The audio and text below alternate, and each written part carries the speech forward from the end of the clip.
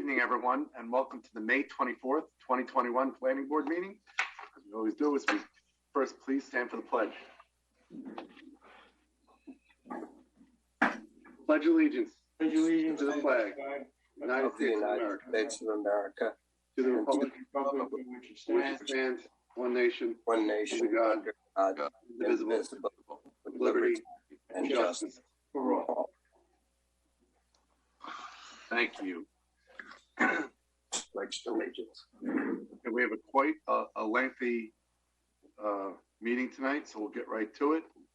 First, there was some correspondence. Is there anything on there anybody wants to talk about?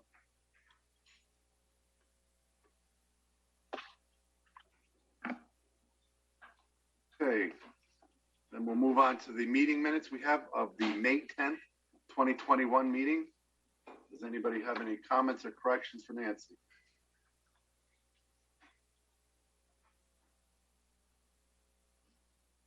Okay, if not, do I have a motion to approve the May 10th, 2021 meeting minutes? Motion. First by LaScala, second by Bach. All those in favor? Aye. Aye. Any opposed? Motion carries. Okay, we're going to move into the regular session portion of our meeting. First on the agenda, we have the First Presbyterian Church of Yorktown. This is a decision on a lighting plan. Location is 2880 Compound Road. Contact is Richard Seymour. Is he on? There he is. I see him.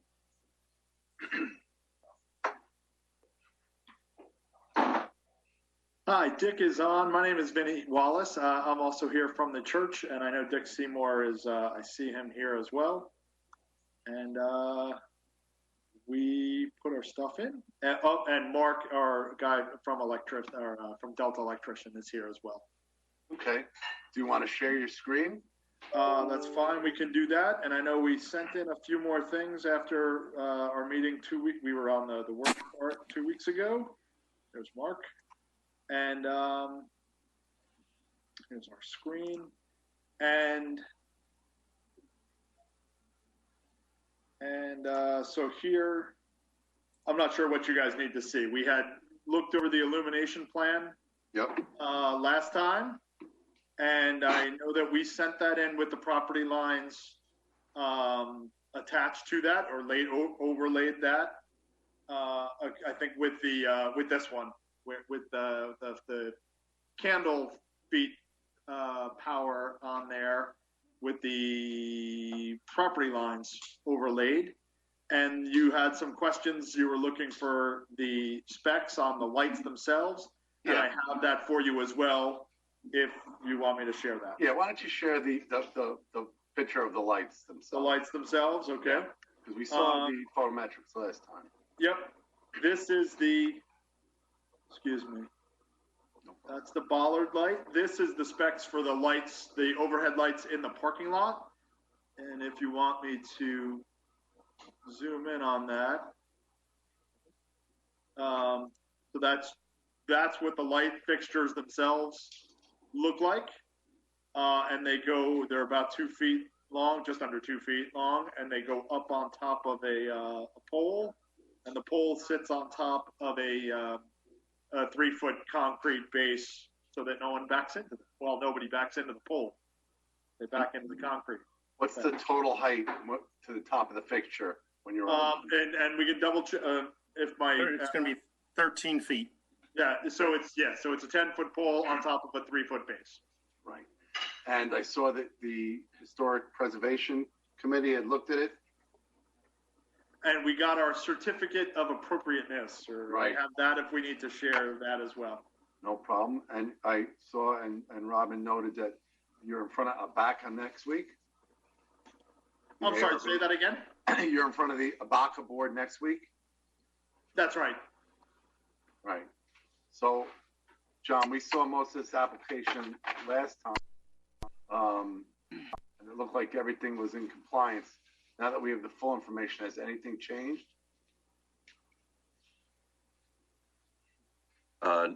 No.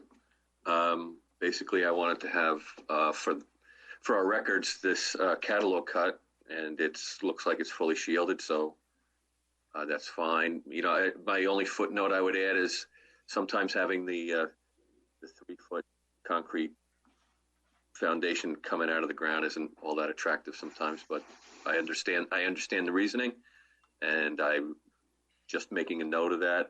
It's up to them if they want to reconsider that, but otherwise they can move forward as far as I'm concerned. So. Okay.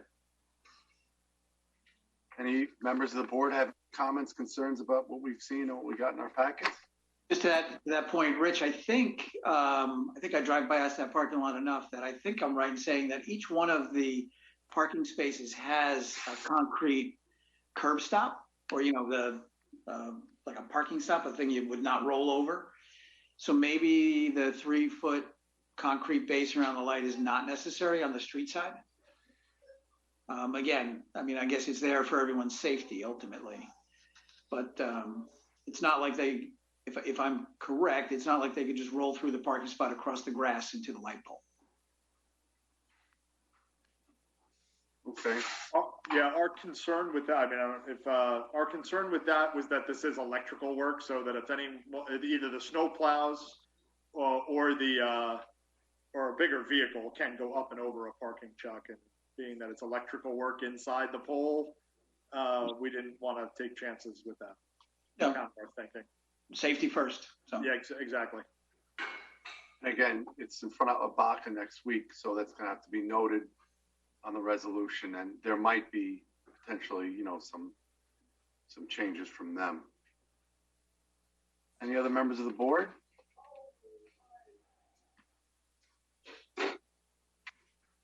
No? No. All right. Okay, so in front of us we have, well, first, do I have a motion to declare lead agency? Motion. Second. First by La Scala, second by Roxanne. All those in favor? Aye. Aye. Any opposed? Okay, on page 40, we have a neg deck. Do I have a motion to accept?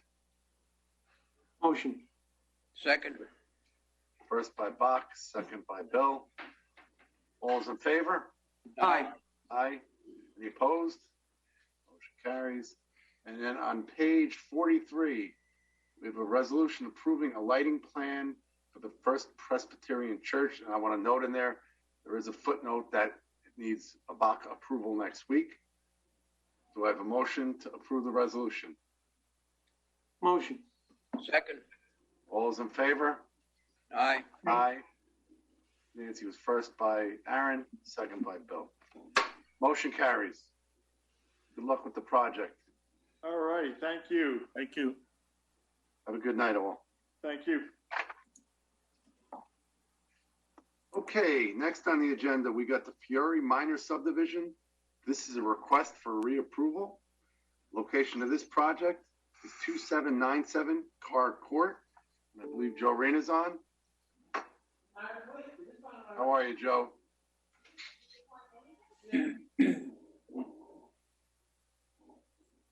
Joe, you're on mute.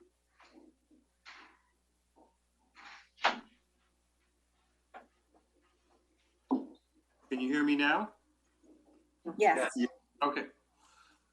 We've been working for the past year on this to get a sewer easement from the neighboring property. Apparently, when these houses were built, the sewer lines for each house connection ran from one lot to the other till they got to the public sewer, which no one was aware of until the health department asked us to investigate that.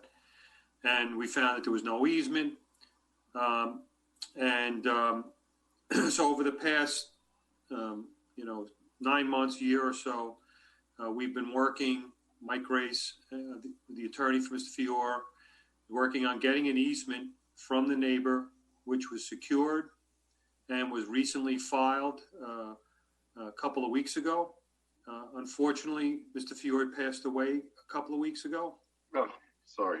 So, but the family still wants to complete this because we're nearly at the finish line for this project. So our next step is to go to the health department with the filed declaration, which is what they were looking for, and then we should be able to move forward and come back for final approval. Well, first, please relay the Fiore family our warmest condolences. That's terrible news. I'm very sorry to hear that. I will do that. Thank you. All right, so on our end, John, any issues? We have no issues. Is Dan Ciarcia on? Not yet. Yeah, and I don't have any issues. Oh, there he is. Hey, Dan. Okay, anything from the board? Jim, anything on your end? Nothing from me. Okay, then we have a resolution on page 58. A resolution reapproving stormwater pollution prevention plan, tree permit, and subdivision plat for the Fiore subdivision. Do I have a motion? Motion. Second. First by Aaron, second by Roxanne. All those in favor? Aye. Aye. Any opposed? Motion carries. Thank you. Thanks, Joe. And again, very sorry to hear the news. Do I have a motion now to close the regular session and move into the work session? Motion. First, is there a second? Second. Second. All those in favor? Aye. Aye. Okay. All right. First on the work session, we have the Chris subdivision. This was a zoning board referral. Location is 1075 East Main Street in Shrub Oak. Is the applicant on? Hello. How are you? Okay, how are you? Good. You're on. Okay. If you recall, at the last time we were before the board, it was a request to have the health department look at the proposed subdivision to see, based on perk tests and deep hole tests, what size house, or basically the number of bedrooms that could be accommodated in each of the lots. So basically, we did those testing several weeks ago. We have given the reports for the perk test and the deep hole test to the planning department. We've updated our drawing. If you can, Want to share your screen? Yes, that's what we're going to do.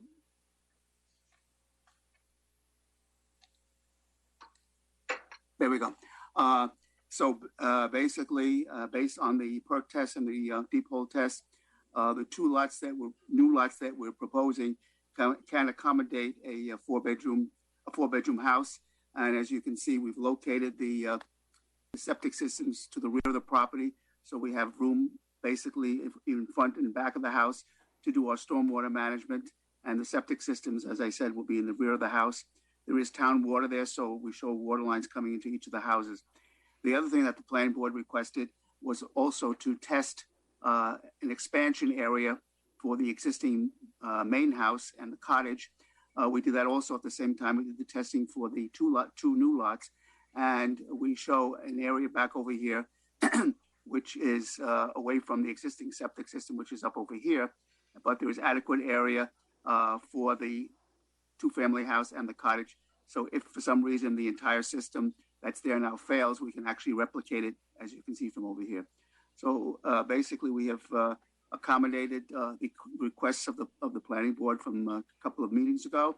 And if you have any questions, I will answer them. The other thing I wanted just to mention too is that we did an analysis, as you can see, of all the various lots in and around Frost Road, excuse me.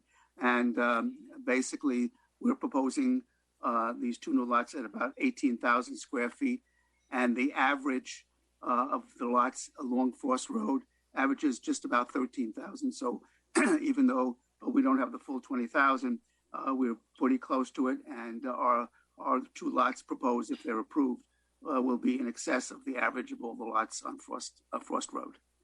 And now, again, if you have any questions, I'll be happy to answer them. Dan, have you had the opportunity to review all this?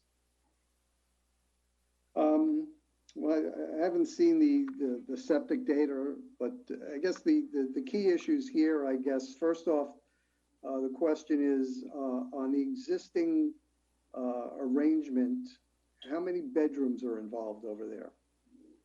The existing, yes, there are 5 bedrooms in the two-family house and 2 bedrooms in the cottage, so a total of 7. And the system you're showing is adequate to meet that flow? Yes, what we did is based on the perk rate, we came up with these number of, in fact, hold on.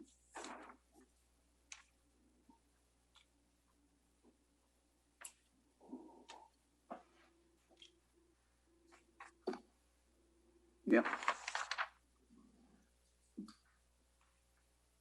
Yeah, basically on the existing lot with the cottage and the two-family house, to completely replicate the system based on the perk tests that we performed, it would come up to a total of 558 lineal feet of fields.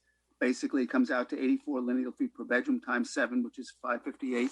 And as you can see in this area over here, if you add up all the laterals, you come up with 558. And again, the same thing, 84 lineal feet per bedroom for the 2 new lots. As far as the stormwater, are you proposing to use infiltrators? I said it again, I didn't hear you. The stormwater, you're going to be using infiltrators. Yes, probably infiltrators, yes. We haven't gotten that far yet, but that's why we put the systems way in the back, so we have plenty of area, both in front and behind the house to the infiltrators. Also the driveways, as you can see, there's a driveway over here, and then there's the other driveway over here. So the driveways are back to back, so we can get infiltrators in the front, and for the rear of the house from the roof, we can get a couple of infiltrators in the back. Okay. But again, that will be designed. So we can be certain that you can meet all the setbacks. Yeah, yes. As you can see, the dotted line represents the setbacks. Not the zoning setback, the setbacks between the stormwater infiltrators and the septic system. Yes, basically along the side of the house over here and somewhat in the rear, but we do have adequate distance between those two. And we also, as I said, most of the infiltrators will be in the front to take care of the driveways. Obviously, we'll have the proper distance between the edge of the septic system, the junction boxes, and the infiltrators. Okay. Well, at some point, we'll obviously need to see. Yeah, well, obviously, we'll come up with a design and obviously review it with you once we get past the zoning board, which we have a meeting with the zoning board, public hearing on Thursday. Okay, that's it for me. So it appears that from what the applicant has done, at least for purposes of septic stormwater, the lots would work. I think the underlying question here, back to the ZBA, is about the 1981 zoning board decision prohibiting any future subdivision on a lot. I know there's been some past precedent recent with another subdivision right down the road in Shrub Oak, where it was a similar application. And I think, John, did we send that? That was a zoning board referral too, right? Yes, it was. And what was the outcome of that one? Your discussion revolved around the number of units, the number of total units as a ratio against the amount of land that was available. And that was, I think, the part or the basis of your memo to the ZBA. And my understanding is the ZBA denied that application. So in this case, we have, Mr. Greenberg, the existing house has how many, refresh our memory? Existing house has 5 bedrooms. The cottage has 2. The existing house is a 2-family? Oh, it's a 2-family, yes. And then the second cottage is a 3rd family? Correct. Right. So basically what we've done is just to follow up on what was discussed about this other project.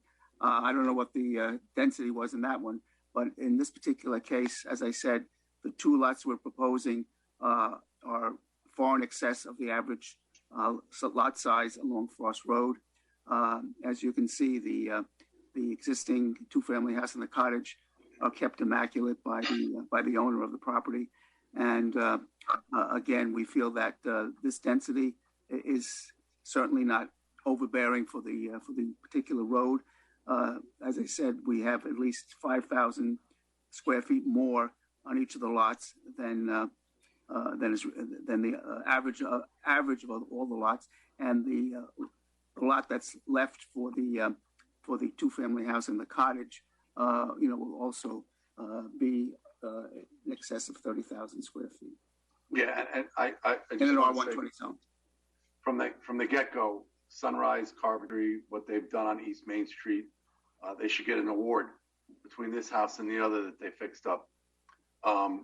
Absolutely gorgeous what they've done to the neighborhood with their work.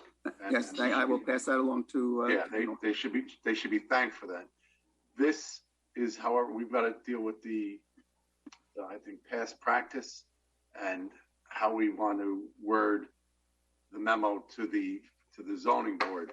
I'm going to look to the board as this will be an open conversation. So What are we thinking? can I just ask a quick couple of questions before you By all means. embark on that discussion? So Joel, you said there's 3 units on the large remaining lot, right? Correct. And that's at about 36,000 square feet, right? Correct.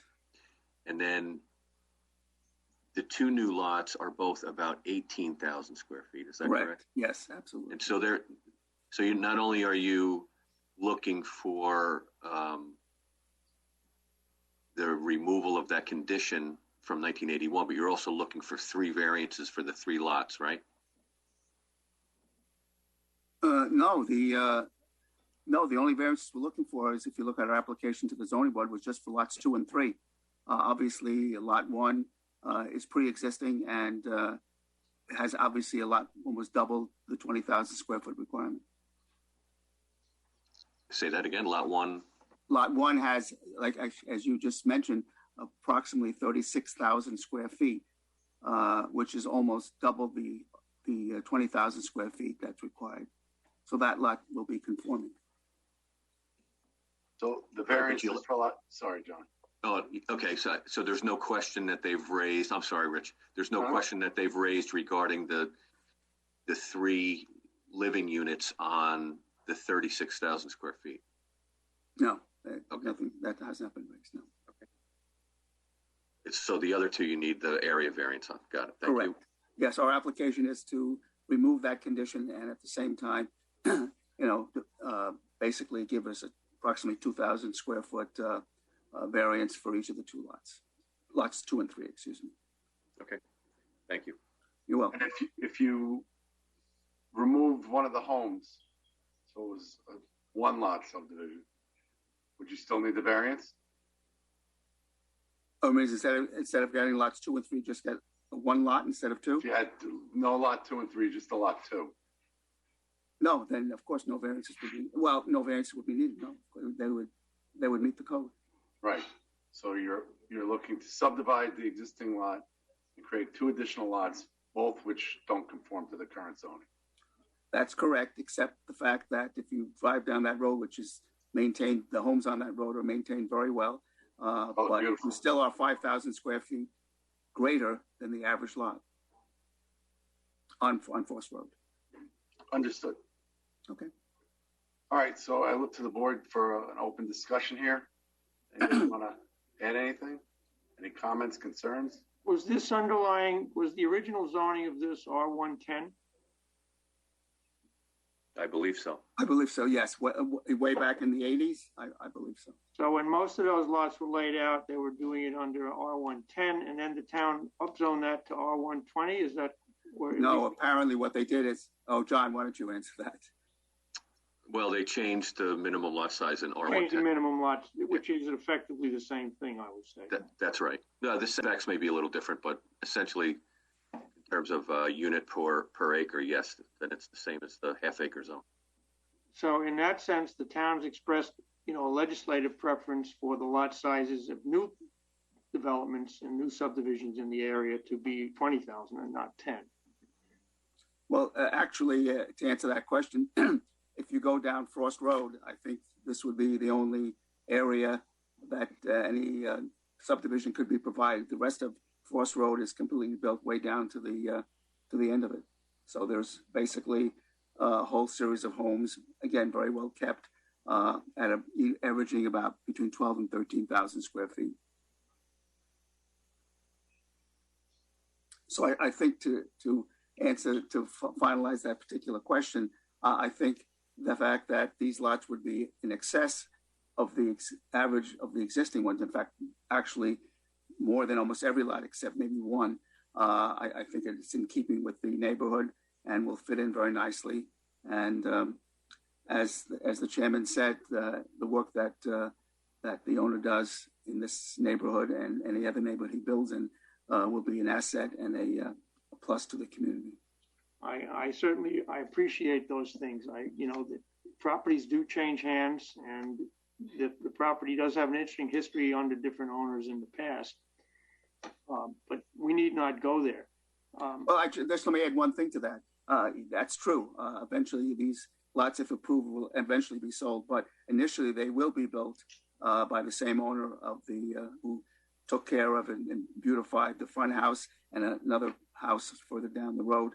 So at least initially, they will be built in the same quality that the other work that he has done.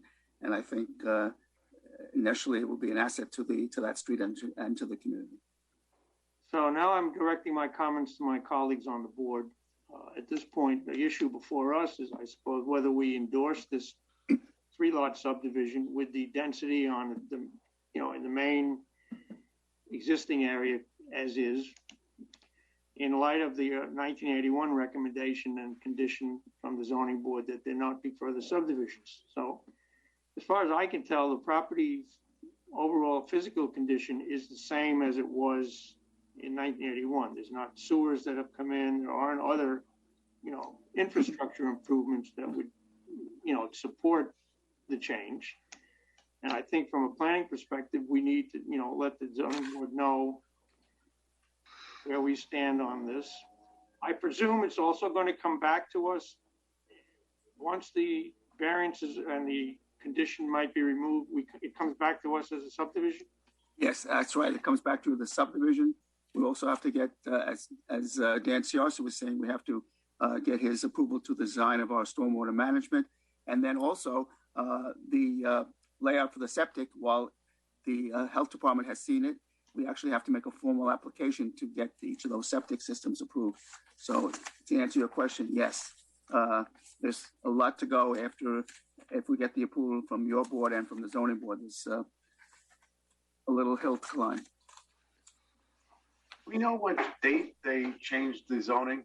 What year that was? Was it prior or after 1981, this decision? I think it was before, but I'm guessing. So if it was before 1981, they up-zoned this and they got their approvals. I would think, well,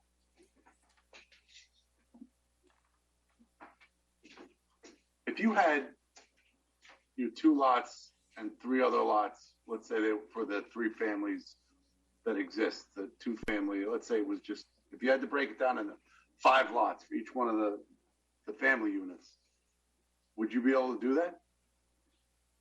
I'm sorry, say that again? If you were going to put 5 single family homes out there, right? Would you be able to do that with the current acreage? Well, let me tell you that in a second. Hold on. Well, no. I mean, they wouldn't be conforming because the total lot. You need 100,000 square feet. And we have about 72,000. Oh, double family, 2 family. Got it. So could you do it with 4 lots? Close. 4 lots would be 80,000. We have 72,000. So if you broke out on paper 4 lots you need a variance on one of the lots. Correct. So, but in reality, you have a two-family with a secondary structure behind it, and some barns that are three families already. And now you're asking to subdivide it into two more lots, both which need variances. But if you went with one lot, you'd conform. Correct. But again, just to repeat, the average, these lots, while they do need small variances, they still would be much larger than than all of the lots on Forest Road. So yeah, and I understand that, but when the zoning changes, I believe the thought, and John can correct me on this, or Jim, that moving forward at that point, they're looking to have everything comply.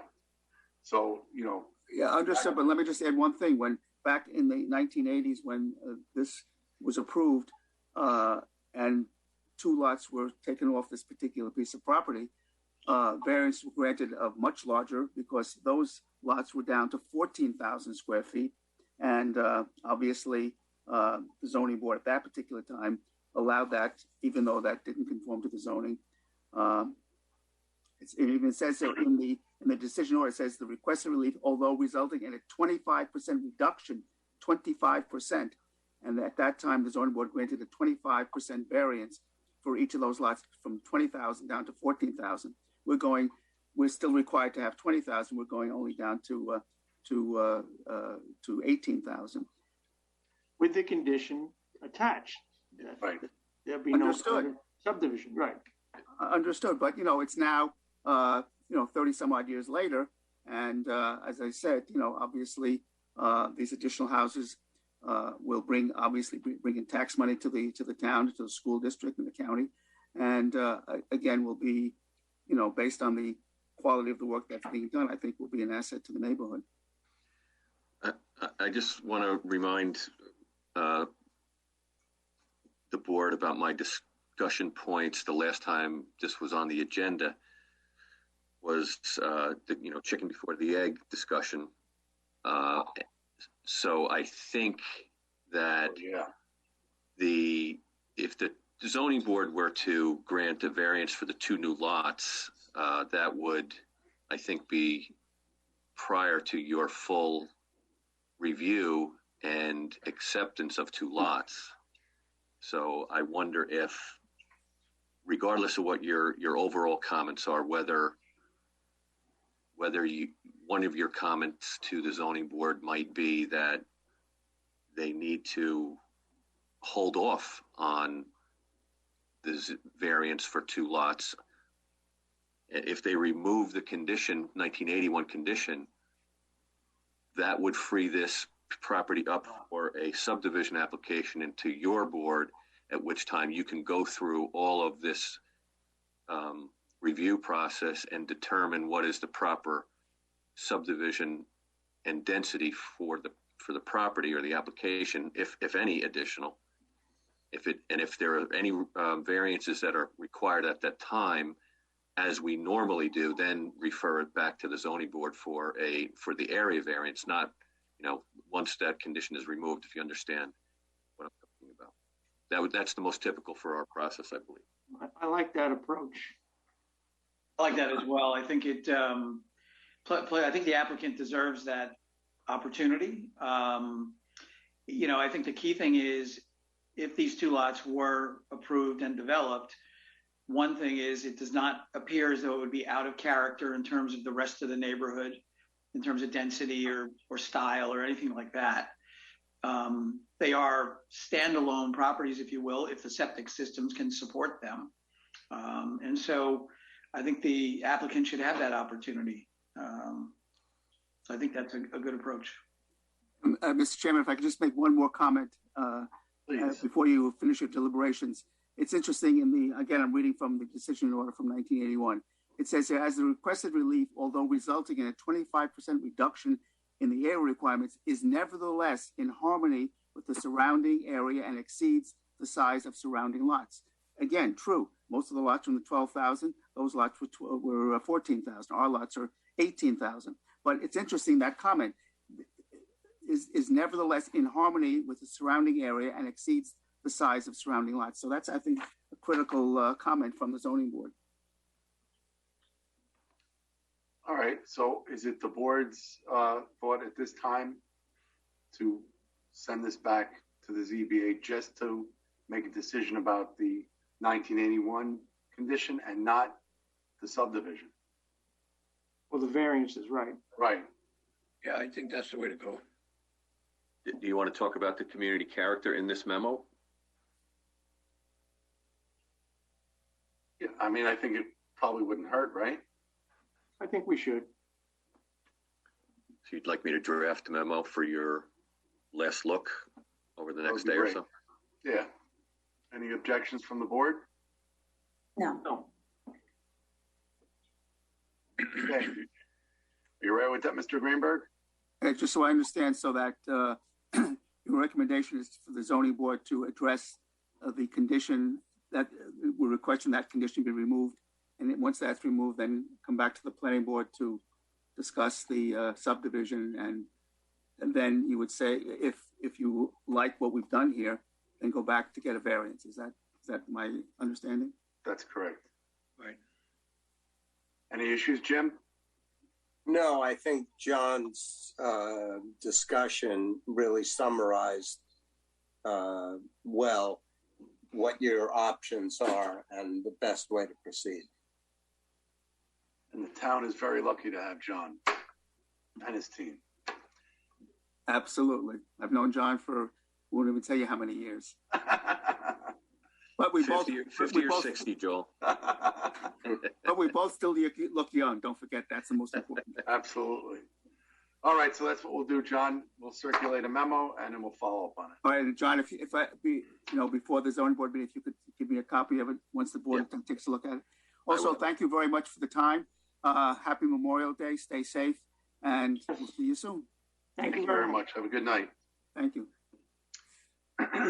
Okay, next on the agenda, we have the Valenzuela tree permit. This is a discussion. Location is 1276 Rustic Ridge Court. Is the applicant on?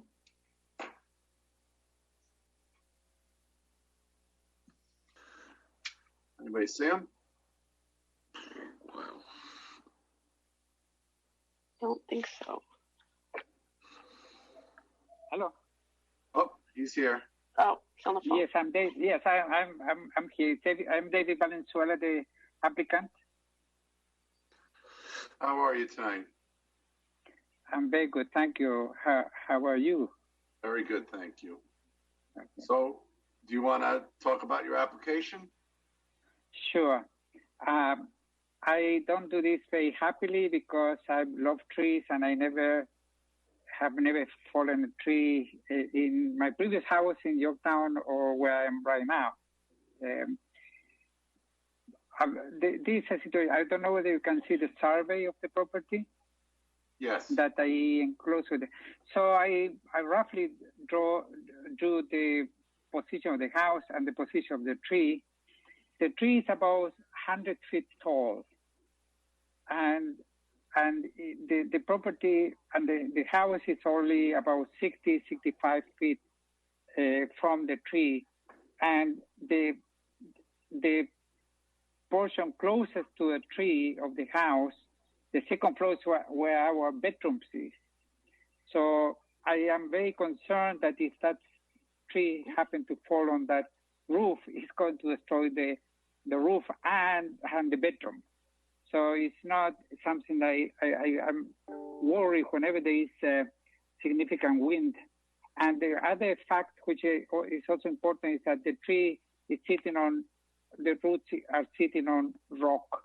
Yeah. So it's all rocky, and then I worry about that. In fact, very close to that tree there was a cherry tree that, with a low wind, fell exactly in the same direction of the house, and actually touched the house. It didn't damage it; it just touched the bottom part of the house. But the tree was a lot shorter. This is a big tree. I'm pretty sure with 100 feet it's going to destroy. If it happened to fall on our house, it would destroy the roof. So I consider this a risk that I don't want to take. And again, I love trees. I never cut a single tree, and I would have to pay $3,000 to fell that tree. So I don't do it willingly, but I think the risk is too much for me to take. Understood. Any comments from the board? Concerns? I have a comment. Why can't you just slope off about 30 or 40 feet from the top of the tree? You still have a tree, well, but you wouldn't have a problem. I would totally do that, but I'm not sure it's going to be looking at like a nice tree anymore. So I don't know. It's just, I don't know anything much about trees. I think you probably can blow up the top of the tree, but it's going to be. I'm not sure it's going to be very nice to look at the tree like that. Well, I've topped off a lot of trees, and they don't die. They just get spring more at the bottom. But anyhow, is the tree ordinance stop us from taking down one tree in the on the property? No, well, because this is it's in the conservation easement. What's the law, John? It's in the conservation easement. Oh, it's so yes. Oh. So they can't touch anything that's not dead or maintenance unless you give them the go ahead. So we So this isn't covered by the tree law per se. This is an easement issue that we're dealing with.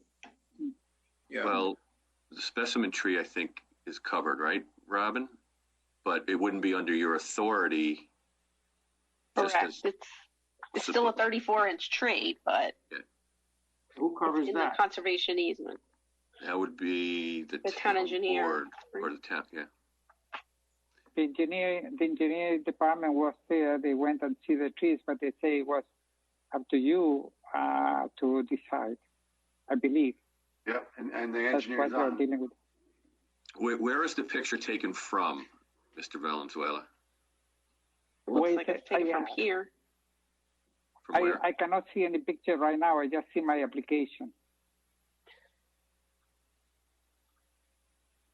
This looks like the shadow of the house. Yeah. Over here. It looks like That's probably a picture. It's probably a picture the engineering department took, but I haven't seen it. Unfortunately, I don't have it visible right now. Mm-hmm. If you can send it by email, maybe I can see it. If I could ask, Dan, you were out on site? I was not out there. Will from my office stopped by. He reported back that it looked like an otherwise healthy tree.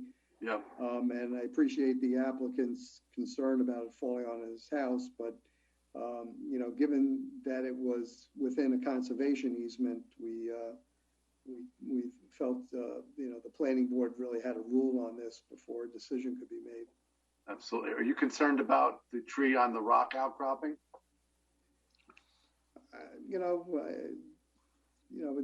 Obviously it's been there for a while. I always get concerned when we first develop a subdivision and we clear all the trees that are kind of sheltered by neighboring trees that are out in the middle of nowhere, and more exposed to potential pressure from the wind. So, I mean, it's held in there that long, but again, I don't want to say, it needs to stay and put the homeowner at risk that if this thing should come down. I mean, it is on rock, so sometimes you don't have the best root systems in rock. Mr. Valenzuela, have you had an arborist take a look at the tree? Has the tree company looked at it? The tree company, yes. They told me it was on rock and it was a risk. Did they give you any kind of written report? He gave me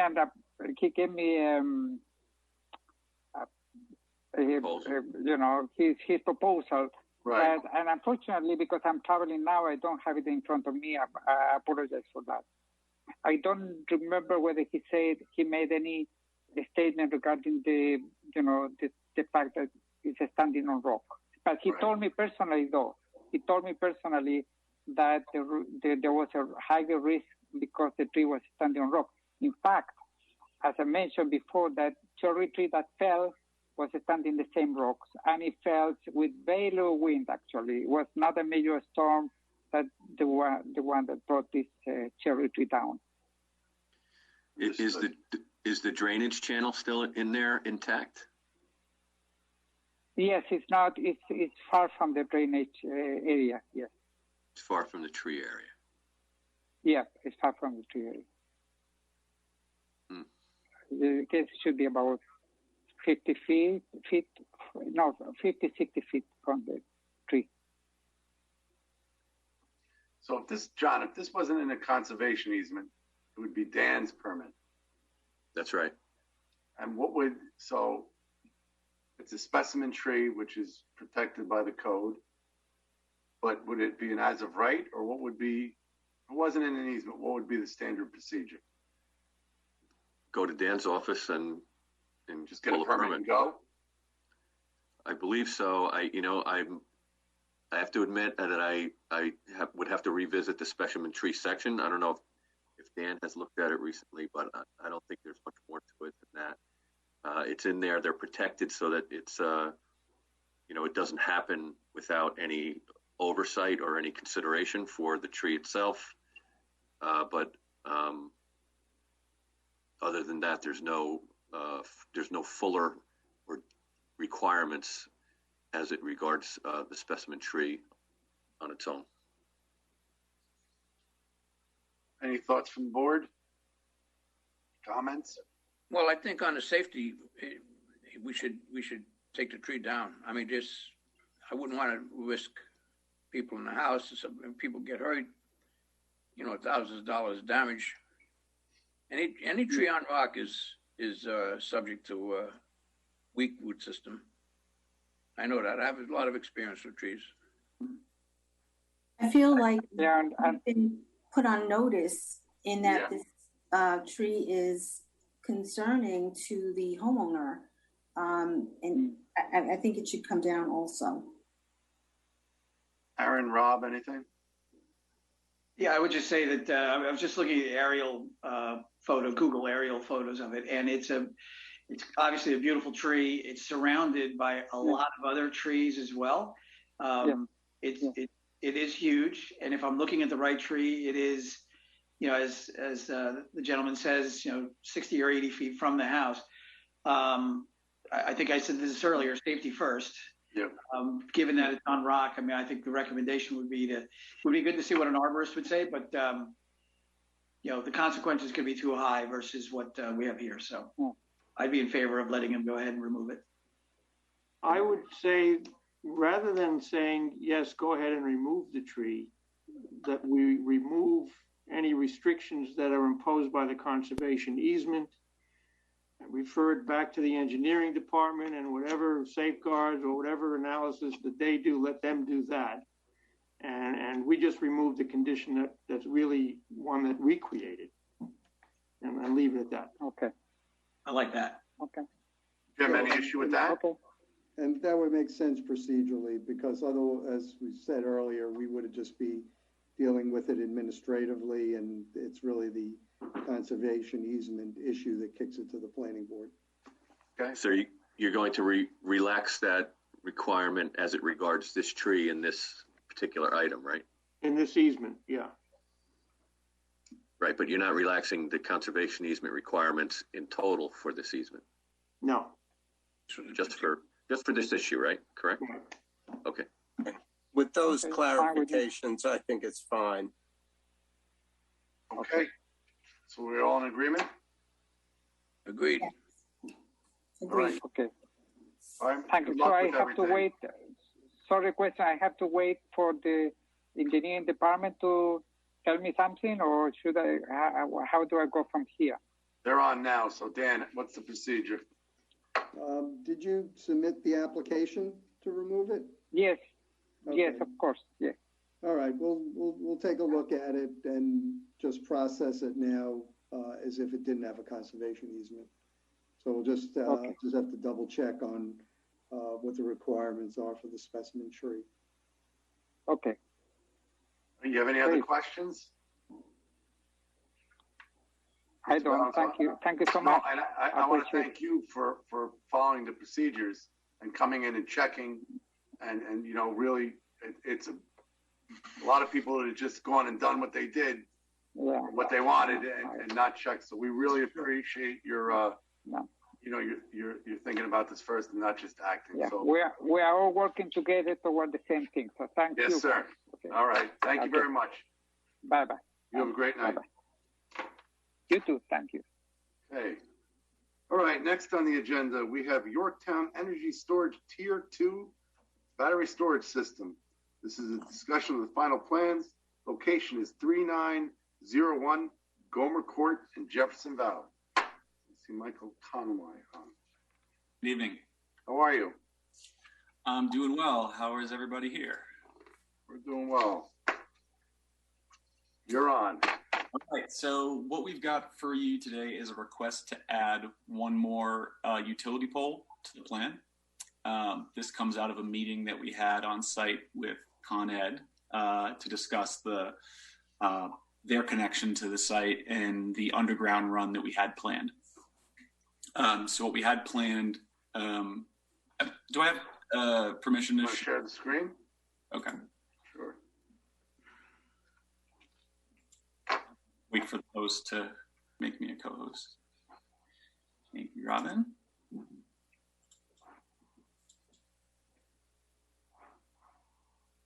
Okay, hopefully you're seeing a plan in a moment. We see it. Okay.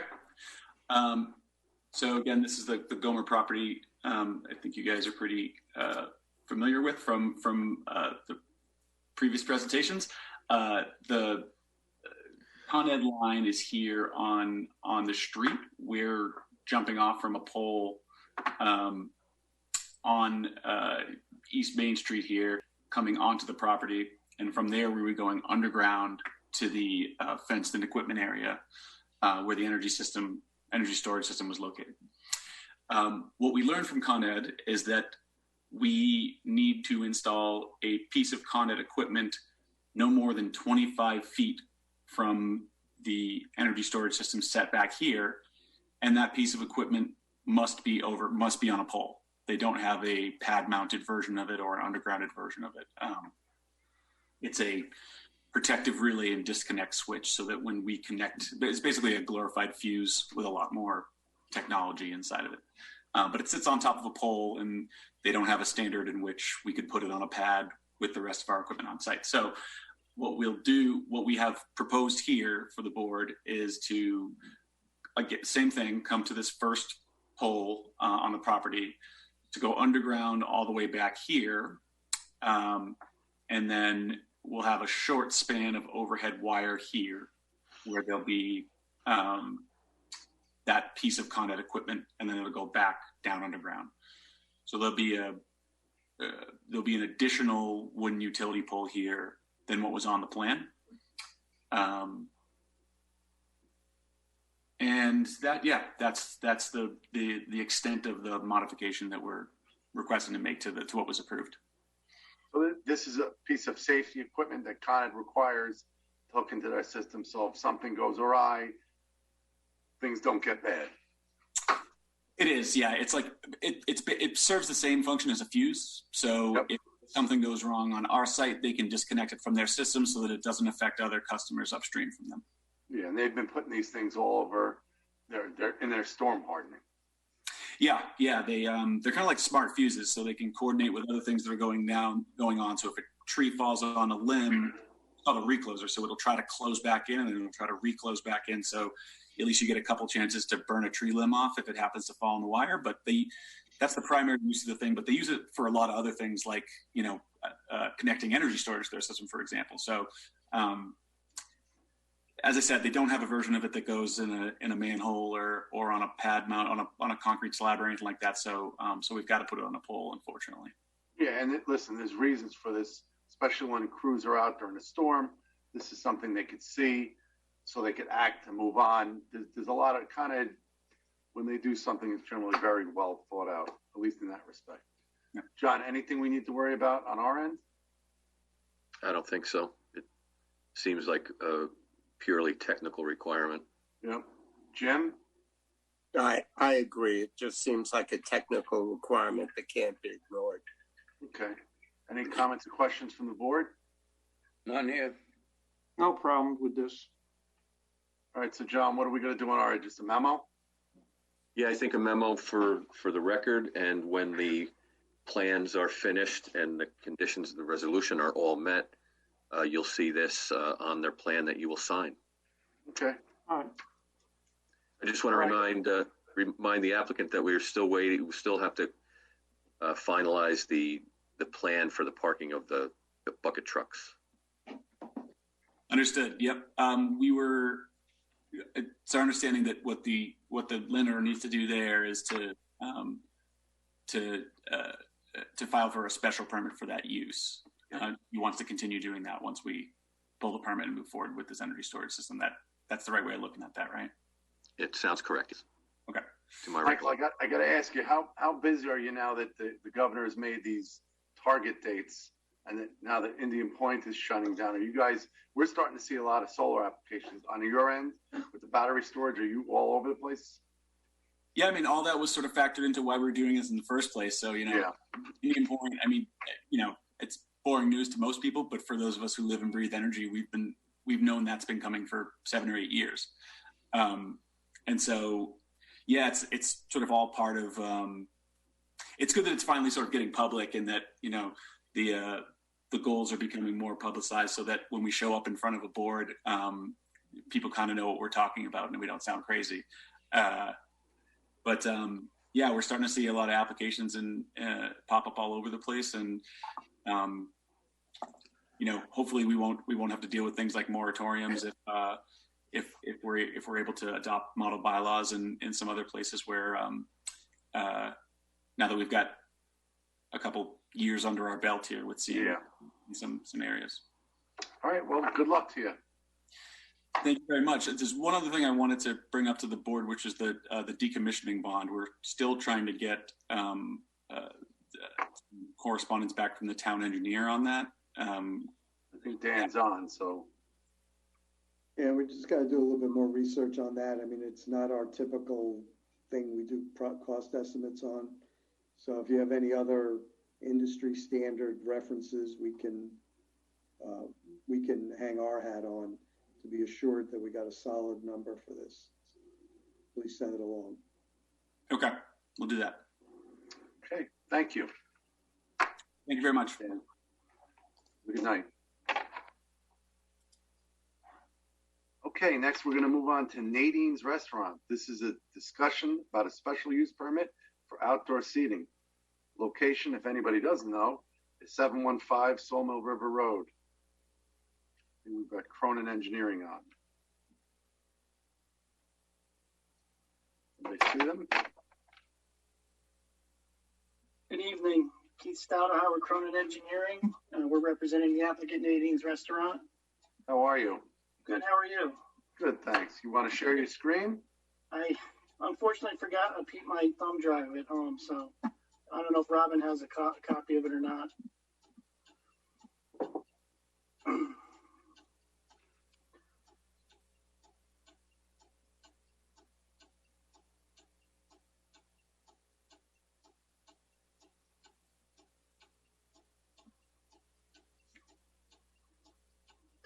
Robin, do you have it? She's working on it. Okay. There we go.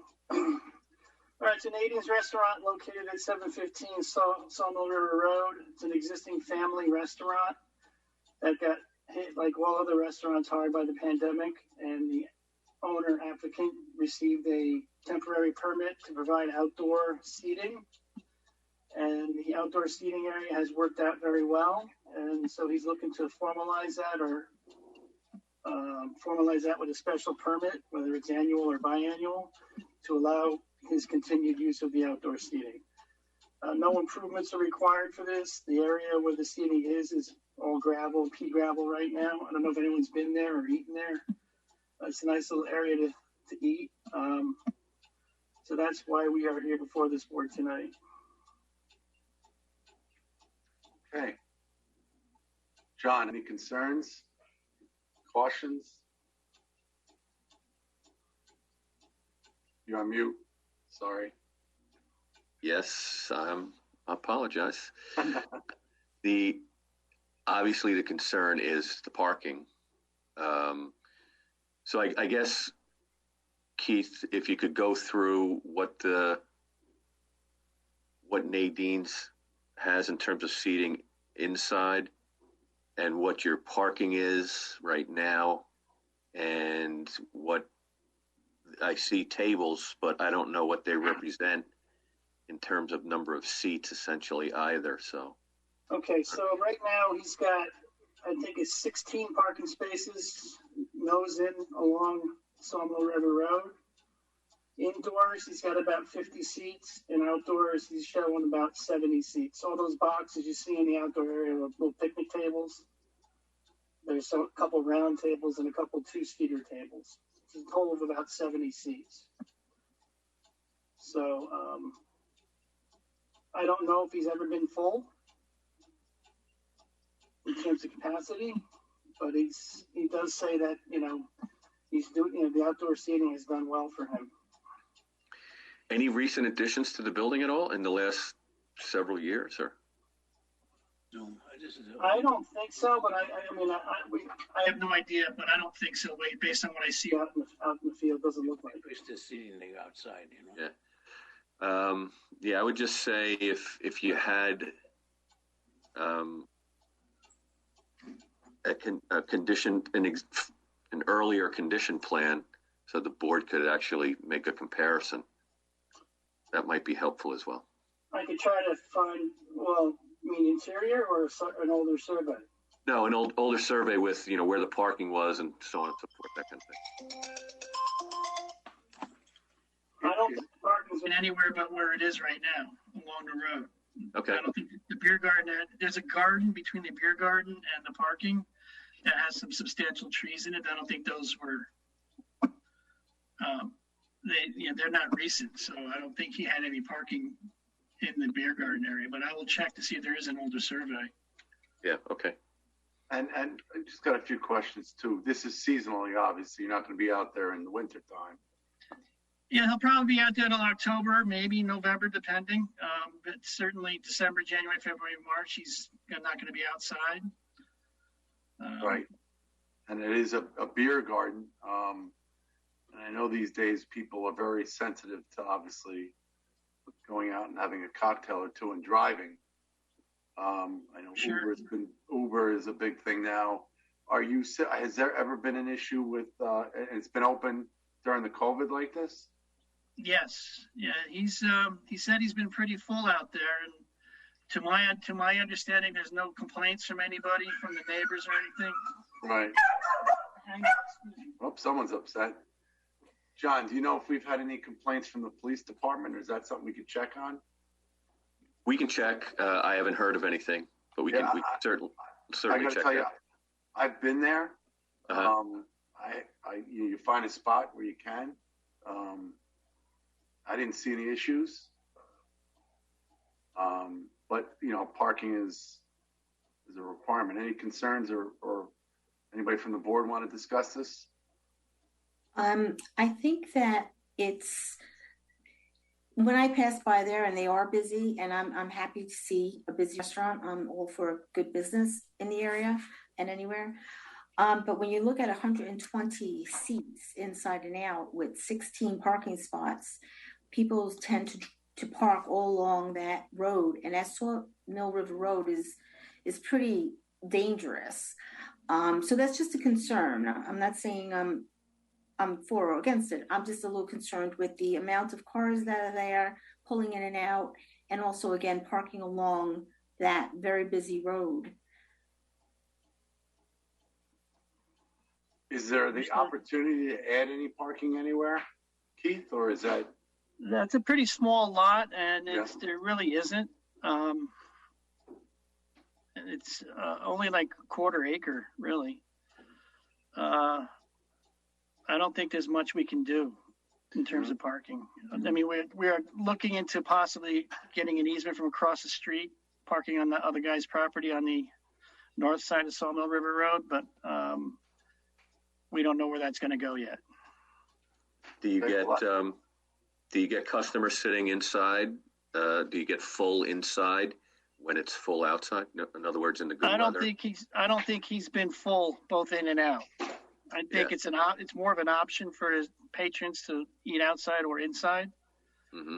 But I don't know specifically how it's all been panning out over the last year. Uh-huh. Well, obviously, go ahead. Go ahead. Obviously, over the last year, most people would be eating outside and not inside. Yes.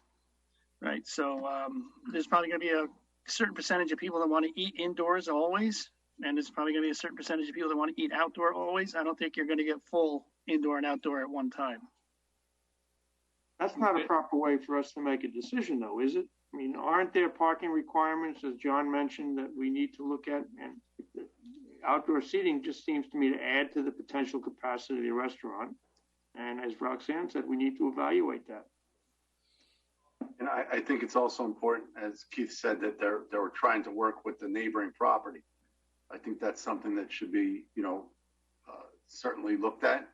And I think we'd like to hear more about that because I think there's, John, on the code wise, you could have, how does it work with parking outside of your own property?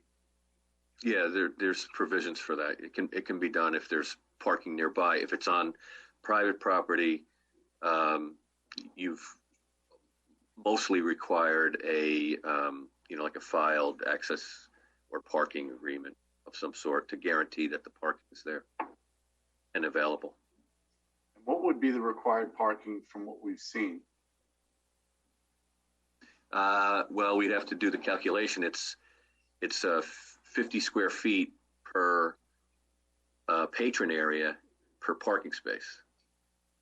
And then it's 100 square feet per preparation area per parking space. So we'd have to actually make that calculation to do the comparison, which we're happy to do.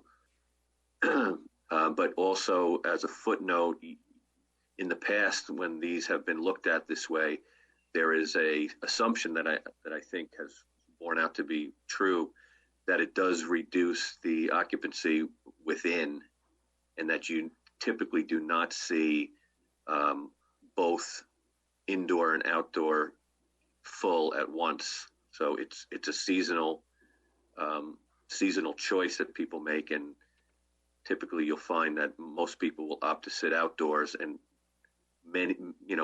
much less will opt for the indoors. So you've looked at it that way and have been able to, reduce the parking requirement and not look at it as a cumulative load, parking load in most cases. All right. So to the board, I think it's important at this point that we hear back about the neighboring property and the discussions there. John, if you maybe could go to the site and maybe take a look and see what the required parking would be, so we have that too.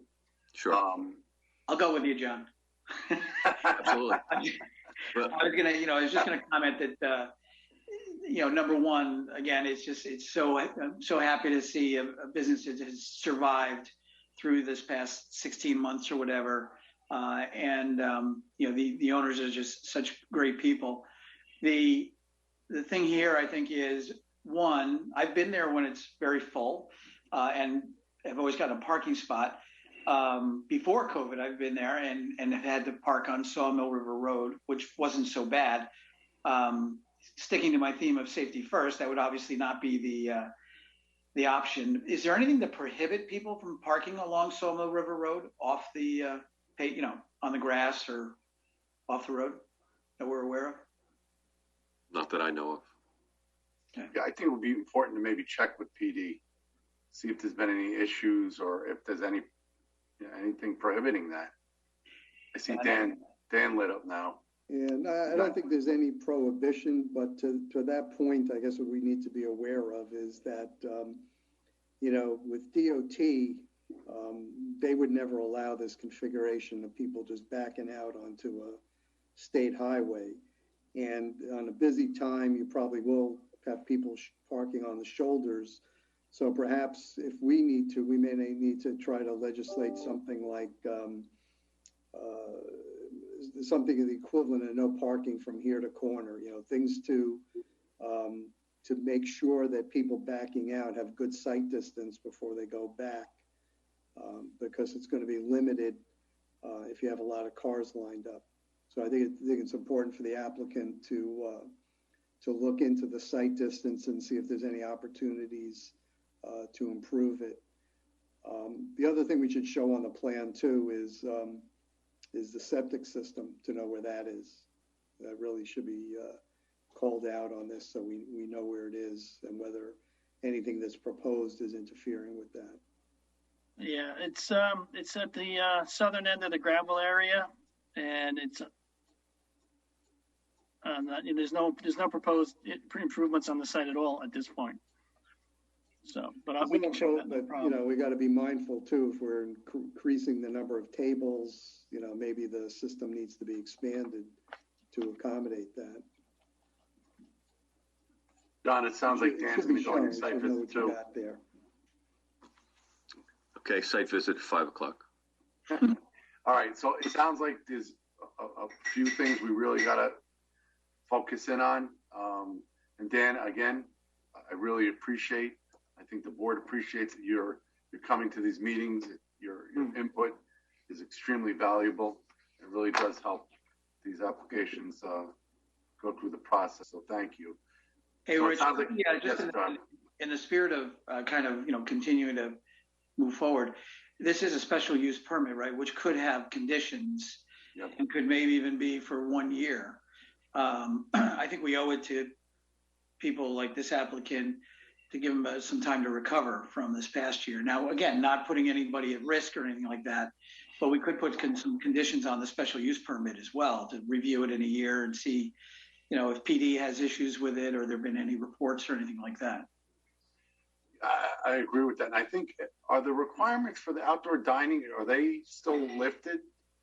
Right. So they actually did this all last summer, and it's open now. But I think the town still has relaxed requirements, right? Correct, Rich. We do. Yes, okay, thanks, Ed. So they're just looking to get this permanently, though. Yeah. So that would still be.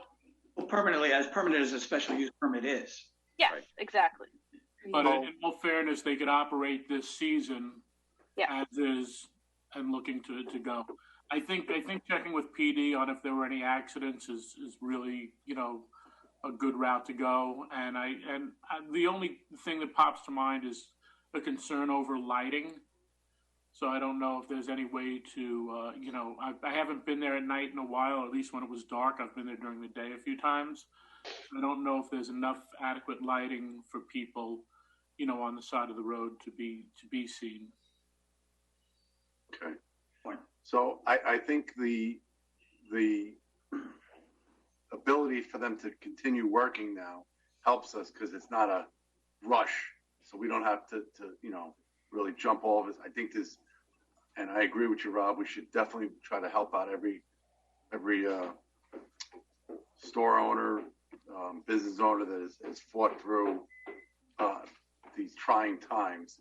But we also, we're gonna do our diligence. So I think if John and Dan could get out there and take a look, and Dan's brought up some really good points, and then come back to us. There's no mad rush with this, Keith, as I'm hearing. So let's make sure we do it right and we move forward. Understood. Am I missing anything? I appreciate everybody's input. Would it be possible if I met with Dan and John at the site? I see where this is going. Sure. So, should we all be there? John's buying? Or maybe Ed? Absolutely. Yeah, right, Keith, that's fine. Just we'll coordinate with you. All right, great. Thank you. Thank you for your time, Keith. Thank you, everybody. All right, have a good night. I can be your designated driver, Rich, since I don't. Uber. You don't even need to drive anymore. You Uber. There you go. Right? That's, but that's something to really, as we move forward, and I know, I keep thinking about John Flynn and the takeout windows. Things are changing, and, some of these applications need to be looked at a little bit differently because Uber is a big thing now. It's, the technology is really Uber Eats. Who would think that these things were going to be popular a few years ago? Rich, there's a bus stop right there too. So there are multiple ways to get there. Listen, I'm not driving anymore. You seem like you've planned this out pretty well, Rob. Safety first. All right, we'll move on next to number 9, which is the Stammer subdivision. This is a discussion about a stormwater pollution prevention plan and a tree permit. Location is 600 Birdsall Drive. We've got Insight Engineering. Mr. Williams, how are you? Good evening. You're on. You want to share your screen? Sure do. Hold on. Oh, sorry, Robin. How are you tonight? Doing okay. Good. You play Recording that guitar behind you there? Or? Recording in progress. That was me. No, that was me. When I went to the share screen, the other button was right next to it. Okay, everybody should be looking at the site plan. Yep. Okay, perfect. So good evening again, Rich Williams with Insight Engineering. Back in 2016 through 2019, we permitted a minor subdivision for Bob Stammer. During that permitting process, we recognized that we had theoretical lot layouts and that people would be ultimately buying these lots and coming back with real house footprints. And that's exactly what's manifesting itself. So one of the things we did the night we approved the project was to recognize that people would be buying these lots and require them to come back for individual stormwater permits and tree permits to measure the original or to measure the subdivision against what's ultimately being built to make sure things are consistent and didn't need to be updated. That's essentially what's happening here. Andrew Fiore, who is my client, no relation to the previous application, is purchased lot 1. And he is essentially going to be building out what we had envisioned in the original subdivision approval. The limited disturbance is similar. The amount of impervious surfaces being proposed changed by 1/100th of an acre. Slightly different house shape, a little less rectangular than previously shown. We pushed it, the original house site was here. We slid it forward just a little bit to work better with the grading for the house. Driveway is in the same general location. Stormwater management system, which will consist of underground tanks to harvest rainwater, which will be used for irrigation of the lawn, remain the same. Septic area remain the same. Well location remain the same. We did update the landscaping based on the owner's desires.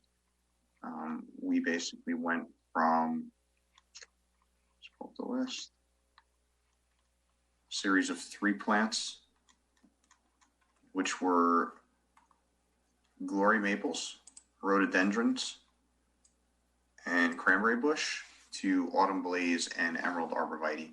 But we did keep the planting similar along the property line, which was something we discussed during the original approval. Health department approval is imminent. We just sent them final plans for signature, and we did forward the updated plans to DEP, and they acknowledged that because the plan is so similar to the original approval, they don't need to amend their stormwater pollution prevention plan approval. So hopefully this is pretty straightforward, but we're here to answer any questions. Any change in the first floor elevation? I will tell you right now, 424.9, 9/10 of a foot from 424 to 424.9. Okay.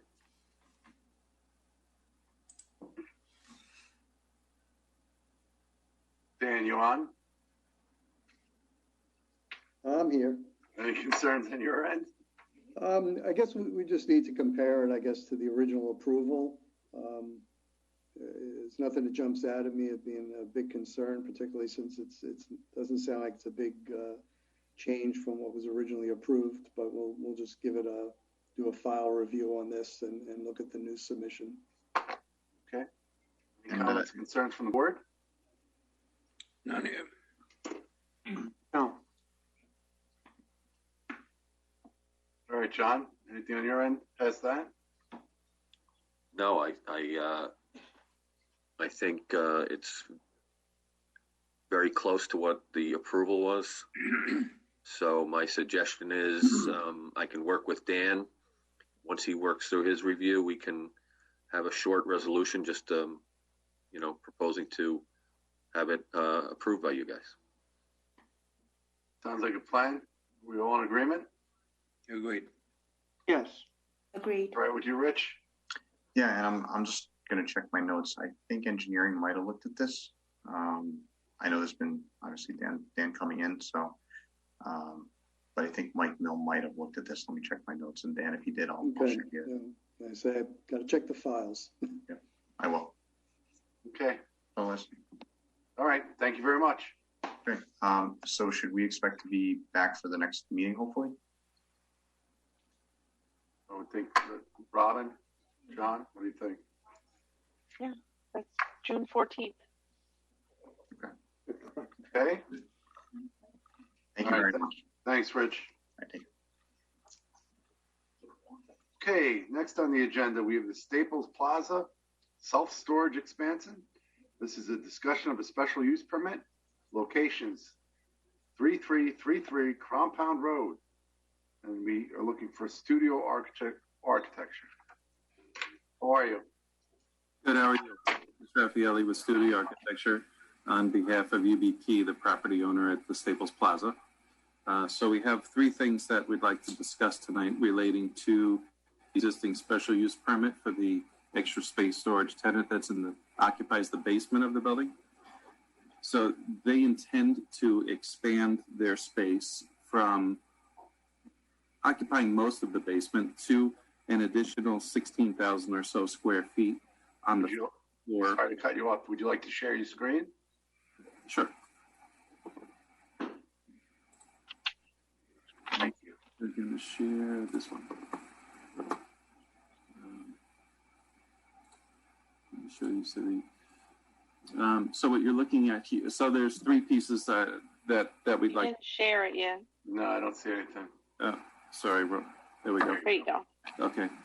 So there's three pieces we'd like to discuss, and that is the expansion of extra space up to the upper level, a discussion about a violation received for modification to the storefront without a permit, and also an entrance to the new extra space storage for the rear of the building.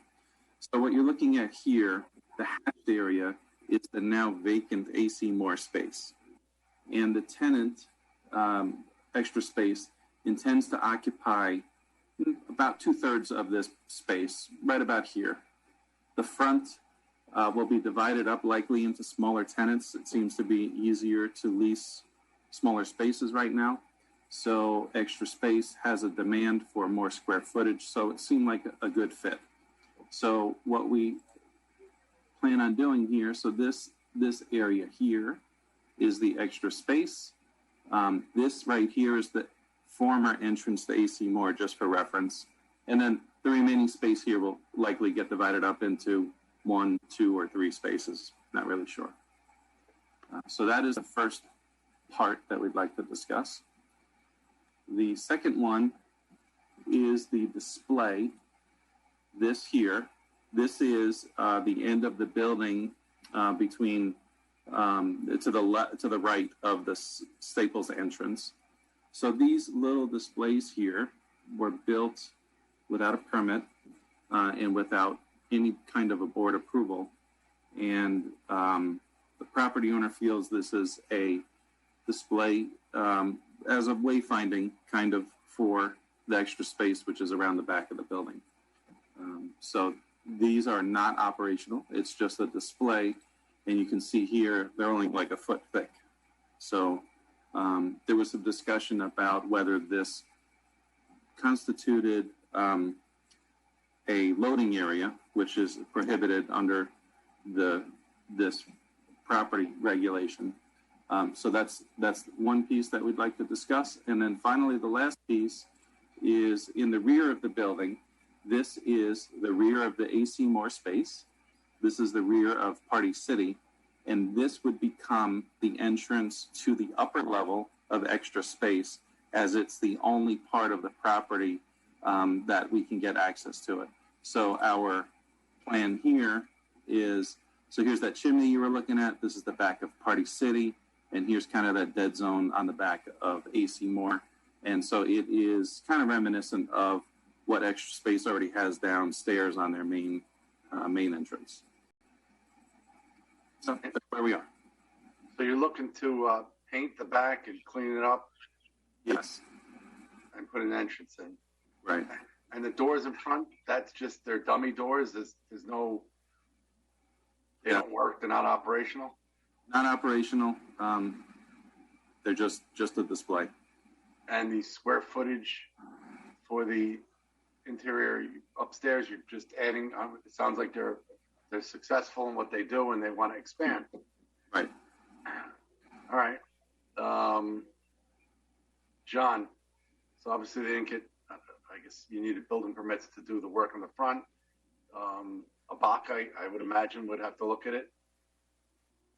Well, the issue on it is that the regulation, when it was written, its intent was to not have this type of aesthetic facing the street or facing into the consumer area of the development. So if you recall, New York Self-Storage, the one we just did on Bank Street, we took great pains to make it have a facade that faces its frontage on the street. We took pains to have some screening walls built to prevent you from seeing those. So we're trying to do our best to not have what is associated with self-storage oftentimes, not all the time any longer, garage doors that face front that are not necessarily attractive and, the kind of thing that you want to see in public areas. A footnote by way of example is ABACA has long done work on residential structures in which they have a high recommendation and high standard to have garage doors on residences not face the front. So it's kind of a long-standing thing that we've been doing. And that is the reason for it. And that's the intent.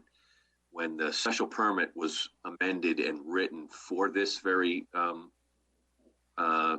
development, it was written in that way because we wanted to have them access from the back or possibly the side and not have anything showing from the front in regards to, garage doors and an industrial look. So that's the issue on it.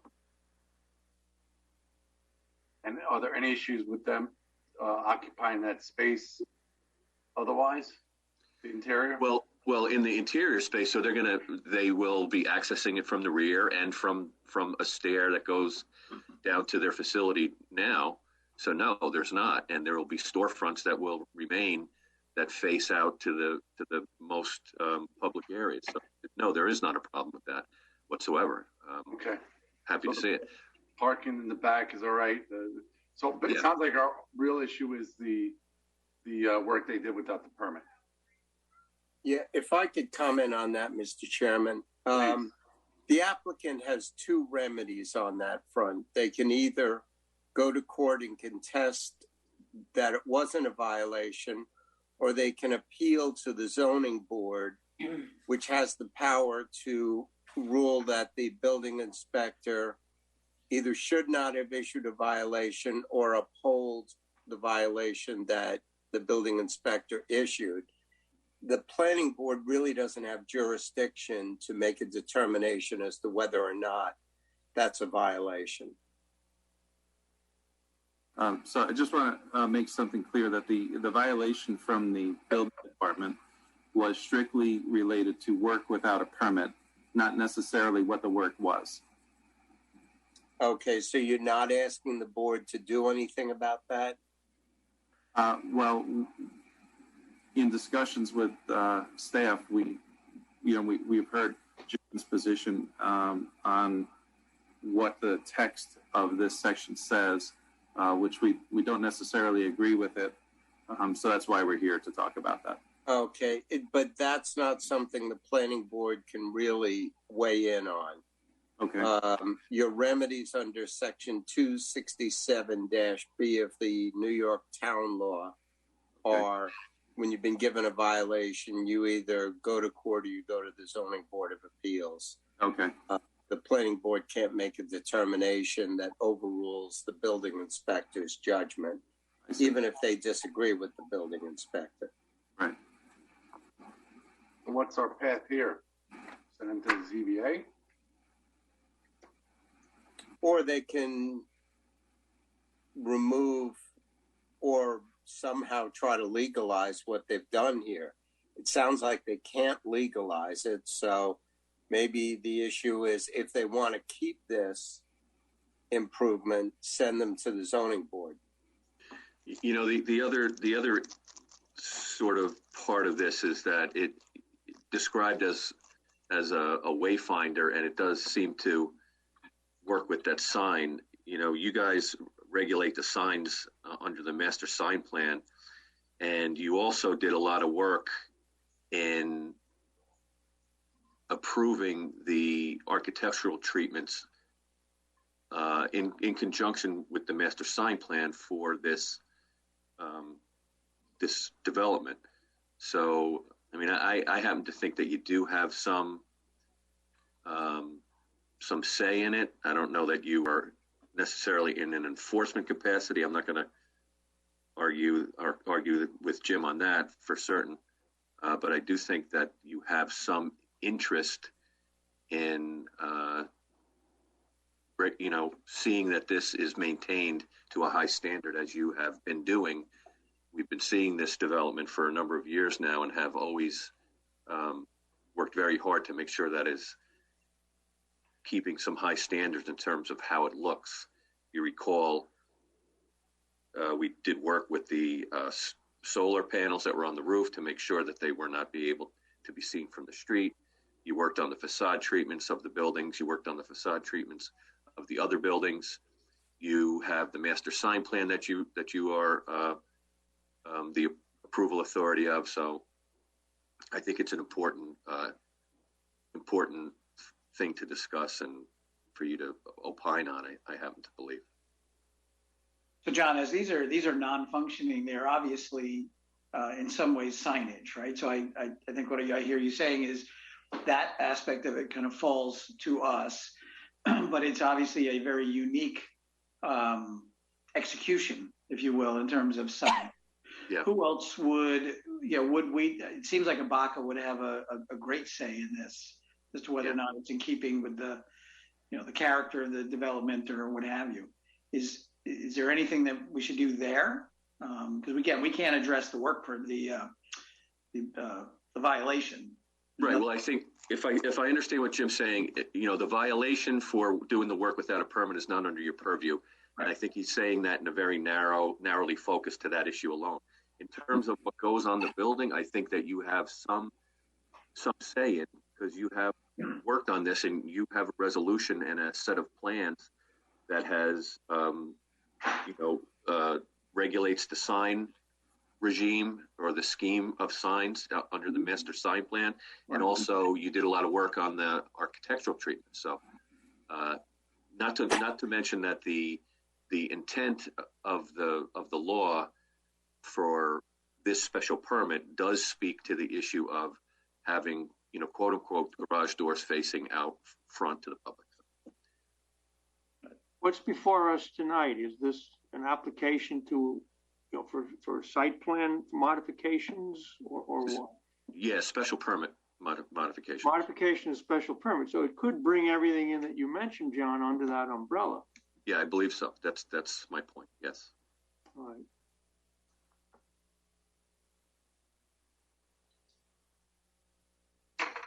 All right, so where do we go from here? I think clearly it's a Baca, like Rob said, needs to weigh in on this. Very, interesting set of circumstances. Well, we'll certainly refer it. If you like, we can refer it with some notes to them that you have what your particular interest is. Well, I think so they understand it. Yeah, I think what you spelled out earlier about the whole plan, the signage.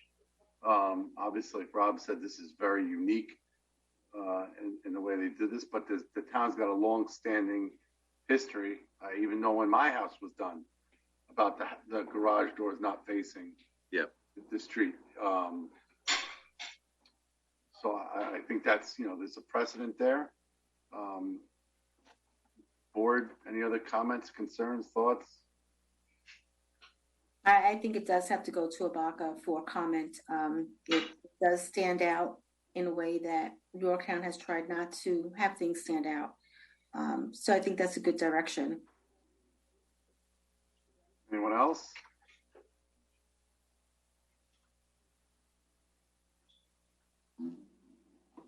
Okay, so John, what do you recommend? We send you draft a memo, circulate it?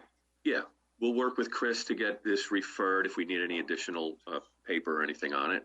And we'll send it to all the usual suspects, including Abaca and to Abaca we'll have a memo drawn up that sort of makes sure that they know what you're interested in particular, in this case. Great. Chris, you all right with that? I'm good with that. Thank you. Yes. Okay. Thank you very much. You have a good night. So as far as the expansion, modification to the permit? Well, I think we have to look into, we're going to refer it out, and then I think we probably will double check our procedure. We have to do a public hearing on it. Oh, okay. And then, it'll move from there. Okay. Thank you all. All right. Thank you. Have a good night. All right. Bye-bye. All right. I apologize. I am going to mispronounce his name. Rishad, major subdivision, discussion of the subdivision. Location is 3319 Stony Street. We're looking for Joe Rena. Hello again, everybody. Hey, Joe. So Steve is Marino's on with me also, and Mr. Kushaj is on. Mr. Kushaj owns a property, 8 acres, on which fronts on Stony Street. Oh, sorry. Let me just share my screen, Robin. Joe, it sounds. I don't know if anybody else has a problem. You seem to be fading in and out with the sound. Okay. Let me see if I can adjust that. It might just be me.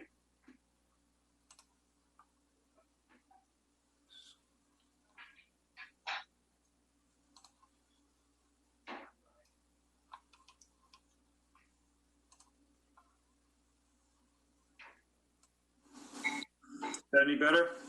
It is. Okay. Does everyone see my screen? Yep. Yeah.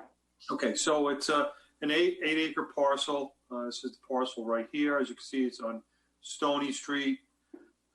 It's intersected by the right-of-way of North Shelley Street from the south, from the west, High Point Drive, and Sunny Court, although it doesn't touch the property exactly. There's a old right-of-way or in between. And you have seen this property before. Dan Ciarcia was representing the property about a year ago because Dan becoming the acting town engineer, we've taken over the project. And the property is zoned R120, and what's being proposed here is a 10-lot subdivision being accessed off of High Point Drive and North Shelley Court. So the extension of those two right-of-ways, as was master planned or intended when this Highland Park was created was for the right-of-way to be extended on into this property here, which results in the layout that we're showing. So as you can see, it terminates in a cul-de-sac here, and you've got 10 lots which wrap around the cul-de-sac and make their way up to the intersection here. As I said, it's R120 zone. There's a public sewer on the property. Public water will be extended into the property. Along this edge of the property here, they're in this what's called a Schofield right-of-way. It's an unapproved right-of-way. There's a drainage channel which receives some of the water from High Point Drive and a stormwater area that was set aside in this property here, as well as runoff coming off from the south. In the property, there's a wetland which has been delineated. This is the wetland here. Steve will get into that in a little more detail, and this would be the buffer from that wetland. So the position that we're taking on this is, in order to properly plan the site and extend the two right-of-ways, so to eliminate as much dead end as possible, we are into the buffer and crossing the wetland. And again, Steve will get into more details to the function of the wetland and the quality of the wetland. So we're bringing this before you just to kind of get your eyes back on this again. We've got more work to do as far as detailing goes for it. We've done some grading at this point, preliminary grading, just to kind of see how everything is going to work on the site. We've conceptually picked out some areas, these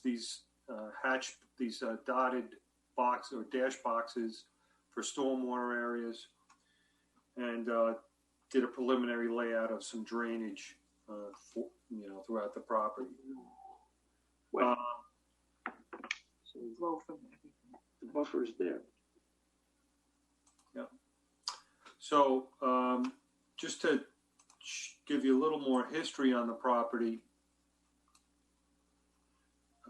back as far as in 2010, the property had a home on it, which is right here, and a barn, which is right there. I don't know if you could faintly see, but we've laid out over it where the development would be. And in the green line here would be the wetland. You could see that the barn, and that we have some more historical photos that Steve is going to go over, but you could see that the site was developed and was utilized, and that this area here is really, for the most part, not a lot of mature growth in there as far as trees go. Additionally, the creation of this wet area has a lot to do with the development of Highland Park and its discharge of runoff from North Shelley and High Point Drive. So at this point, I'm going to turn it over to Steve. And what do you want me to bring up first? You can bring up that the wetland and mitigation map. Okay. Yeah.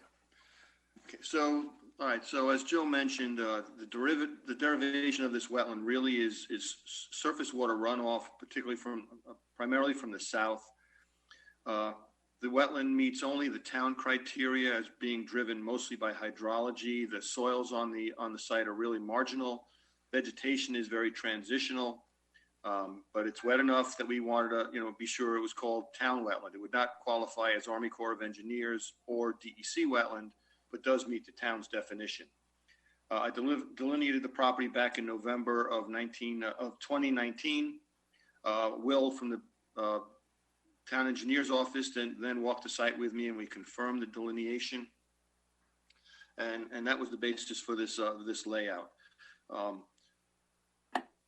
The eastern part of the property, as Joe showed in that aerial, was primarily the old developed area for the existing residence and barn. The western side dates back to more agricultural activities in the 60s and 70s, so that the forest in that part of the property is relatively new. Yeah, bring up that aerial, Joe. As you can see, everything west of the existing house site and barn was pasture and farm fields back in the day. So it's a relatively new forest, low value trees, a lot of red maple and some young elms, and that's really about it. But the fact that the stormwater is running off from the south to the north has created a situation where it's moderately compacted soil and enough runoff coming across there that's created an area that was flagged as wetland. Joe, go back to the subdivision again. That one. So what we're proposing then is to cross the southern part of the wetland to get to the cul-de-sac area. It's really, in order to make use of the two existing connections to the property, we would cross that portion of the wetland to get to the cul-de-sac. Once that wetland crossing is in there and the drainage construction, et cetera, picking up that runoff from the south, would isolate that southern part of the wetland from the rest of the wetland. So at this point, we're just proposing to fill the whole thing in since it's likely to dry out post-construction anyway. What we're doing then is expanding the wetland in the northwest corner by somewhere between 1.5 and 2 to 1 to create a mitigation wetland and a conservation parcel in that northwest corner. Is expecting, there will be runoff, and again, the soils are moderately dense, so it's likely that we could create new wetland out there to replace that portion of the wetland that would be filled in. A tree survey does exist for the property. We'll be going out soon to evaluate those trees and complete a report for the planning board as part of the tree law. I think that's it. That aerial from the 60s really does show the story as to how this property developed and in the context of the neighborhood and how that wetland developed. If you look at that aerial right there, you see our property boundaries. There's no sign of wetland in that western portion of the property, northwestern portion of the property. That's really something that developed fairly recently, and because of that, function is fairly moderate compared to older, better developed wetlands. You can see that was actually pretty much right through the wetland. There was an old farm road running right through that area. That's the original pitch. That's the initial pitch. If there's any questions, I'm happy to answer them. Steve, I have a quick one on that topic. So the runoff that you're getting from the south, is there any discharge pipes or anything, or is it all surface runoff that you're seeing? I think there's a stub connection of some point coming in from the south. Is that Sheffield, Joe? North Shelley. Oh, yes, Shelley. We'll have to look into that, Rob, a little bit better. We don't have an exact point source yet for that, or if it's just runoff from those backyards of those properties to the south. Yeah, and Dan, correct me if I'm not corrected, but I believe there is a discharge from the end of Shelley. But there used to be a pipe that came off the end of Shelley and daylighted onto the property. When the town did the sewers in that area, that was eliminated, and it follows along that easement that runs along the southern end of the property. So that contains both the sanitary sewer and the drainage. Because that water is still going to want to go somewhere, right? So even if it goes in a pipe now. Oh, it does. It gets. There's a pipe in there that runs down to Stony Street. And that really makes a lot of sense because I think that kind of explains why this is really more of a transitional area than a real wetland. It's over the last few years since that work was done, things are drying out there. So it's becoming less and less of a wetland. So just to be clear, the water that is coming from, or was coming from the south, is now being handled in some manner? Yes. All right, so if you look, let me just get it in a little closer here. So you can see the existing catch basin here. And it goes to, there's a existing drain manhole right here. And then it continues, that drain pipe continues now, another drain manhole here, continues all the way down to Stony Street and connects into this catch basin right here. So what condition was there where you had an open discharge onto this site has now been rectified. Yeah, you can see the way the topography actually runs in that area. If there was a discharge there at the end of North Shelley, you can see where it would start to flow down right towards where our wetland starts there at flags A13, A12, A14. But now that that's been cut off, it is starting to dry out. Okay. Yeah, that would suggest that the water was kind of coming from the southwest. I guess I'm just concerned that if that, just looking at the shape of that wetland, if you're proposing to put two homes basically within that, and you fill in, the water that's coming from the south needs to go somewhere. So it seems like there could be, if that pipe is running, if that's a stormwater discharge or a discharge pipe, maybe there needs to be a catch basin somewhere on the bottom of at the south end of those properties to pick up the water that would otherwise be coming from the south. That's all. My concern would be it's got to go somewhere. Right. So you're saying whatever's not being picked up by this catch basin here? Yeah. It might be flowing overland. Yeah, I mean, if you go back to that one that shows the topography or where the wetland is, you could almost imagine that water is coming in at the tip of that. Mm-hmm. Right. So, yeah, that's all. It's just one of those situations where, you fill in one spot, it's going to there's cause and effect. It's going to cause that water to either, unless you said it's already been remedied, that water is going to want to go somewhere. So. Right. To a certain extent, it has been remedied because this pipe has been picked up now and run down, down that way. It doesn't mean some water might be missing that catch basin and shooting across here and making its way down. You can almost see. I can take a closer look at that when I go out to look at the trees. And Steve, as you said, we did get two late-breaking memos, one from the Conservation Board and one from the Tree Advisory Board. And I agree with the memos. I think we need to meet on site if possible and, work through this. Obviously, we'll get you copies of these memos, but I think that would be a good starting point, to really get a handle on what's going on out there. And again, get all the players in one place. I think it helps. Yep, we agree. All right. Anything else we got to talk about tonight? Nope. We just wanted to get this in front of you again and start moving the process forward on it. Okay, John. Anything?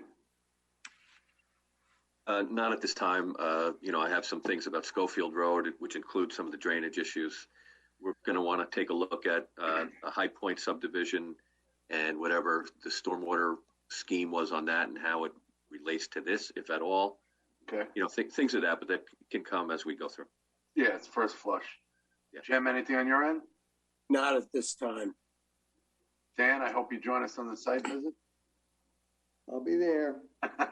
Your historical and institutional knowledge are very helpful. And Stephen, I got to say, your historical look back at all these sites as you come in front of us is very helpful. Very good, Rich. Thanks. All right. Okay, so we'll set up a site visit. We'll go to Robin and get that set up. And we'll include the, Conservation Board and the Tree Board. Sounds like a plan? Joe? Sounds great. Thank you. Okay. Thanks, guys. All right, good night. Take care. Right. I'm just going to leave my screen up for the next one.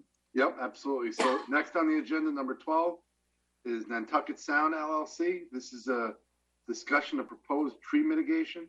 Location is 385 Kear Street. And with Joe Rena. And we did get, I think, a memo on this too. Yeah. Yeah, I saw the memo, and okay. Before we get to that, the last time we met on this, and Frank Giuliano is on with me tonight. Frank is on, and Patrick Murphy might also be on tonight. Yes, I am. Okay. All right. When we were before the board the last time, we had gotten the public hearing closed. We were waiting for a resolution of approval. And one of the things that was open for, that we wanted to kind of pin down was the tree mitigation aspect. So to go through what we were proposing, 119, let me just bring that up so I get the numbers right.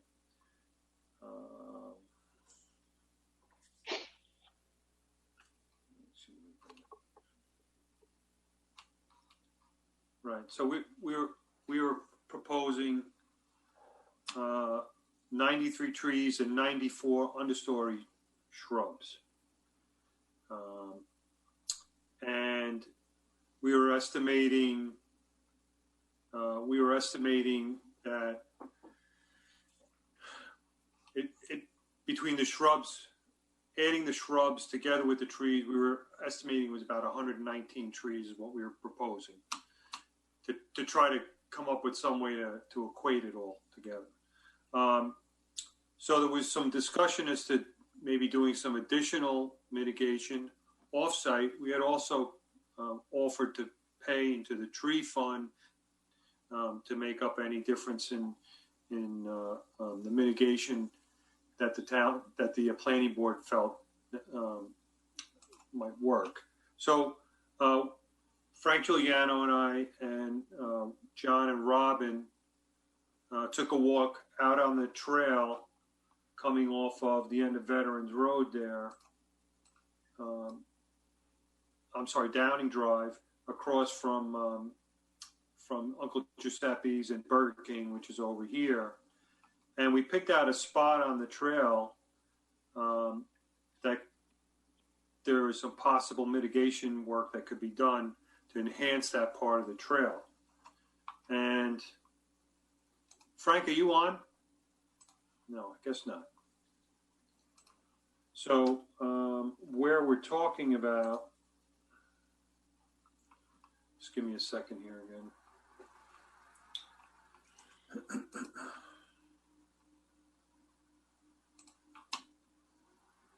Let's close this.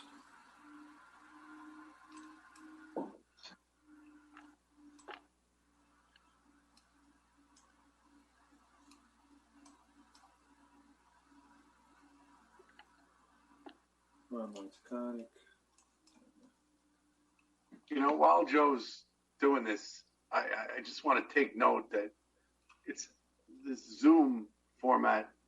This is something that he's doing now that we couldn't do in the boardroom. It's absolutely incredible that you're able to pull files. Everybody's able to see it very easily and clearly. Everybody's seeing the same thing here. Really is very informative. Sorry, Joe. That's okay. So to take you out again, all right, so here's 118, here's Downing. You come across Downing and you're on the trail. This part of the trail here is pretty well hidden. It's not really visible from any of the residences. This side here, you've got a steep incline going up. Similarly on this side, once you get to this point here, it kind of opens up and you've got full bore view of these two homes here. And as you can see, there's a drainage channel which runs through here. There's a culvert that opens up and discharges across this site here. So we were looking at possibly doing some mitigation down in here or something along the trail. This area, what we realized once we looked at the mapping, that this area here is on private property. It's on this lot here, and the trail right away itself is fairly narrow here. So what Frank put together was a plan removing invasive species in this area and creating some planting scheme to provide some screening, not full screening, but just to break up the view from the residences or from the trail to the residences. Clean this area up, basically take out whatever invasive species there were, put a specific seed mix in here, which once it would grow in, contains not only grasses, but also native shrubs and trees, which would eventually fill in and grow in. And also plant some trees through this area here. I'm not going to pretend that I can tell you what all the trees are and what they look like, but this is basically the list of trees that Frank was proposing for that area. This is also the seed mix he was proposing. It's called the Northeast Shrub and Grass Seed Mix. And again, it's not just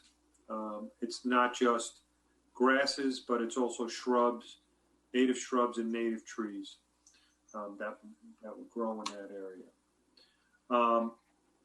So going back to the mitigation that we were proposing as far as landscaping on the site. Hey, Joe? Yeah. If you could, if it's all right with you and members of the board, I do see that Walt Daniels is with us tonight. And I know Walt is king of all trails. Walt, if you could hear me, you have any comments or concerns with what they're showing there?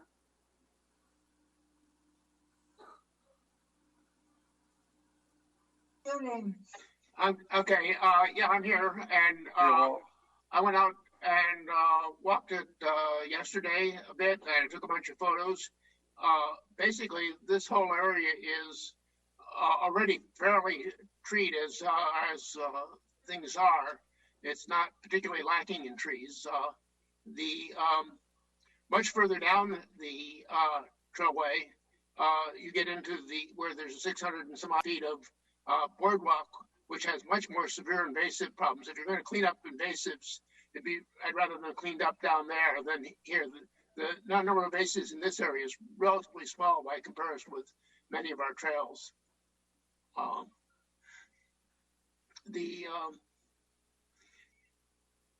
think there must be other places that need trees more than this in terms of picking a mitigation site. Where the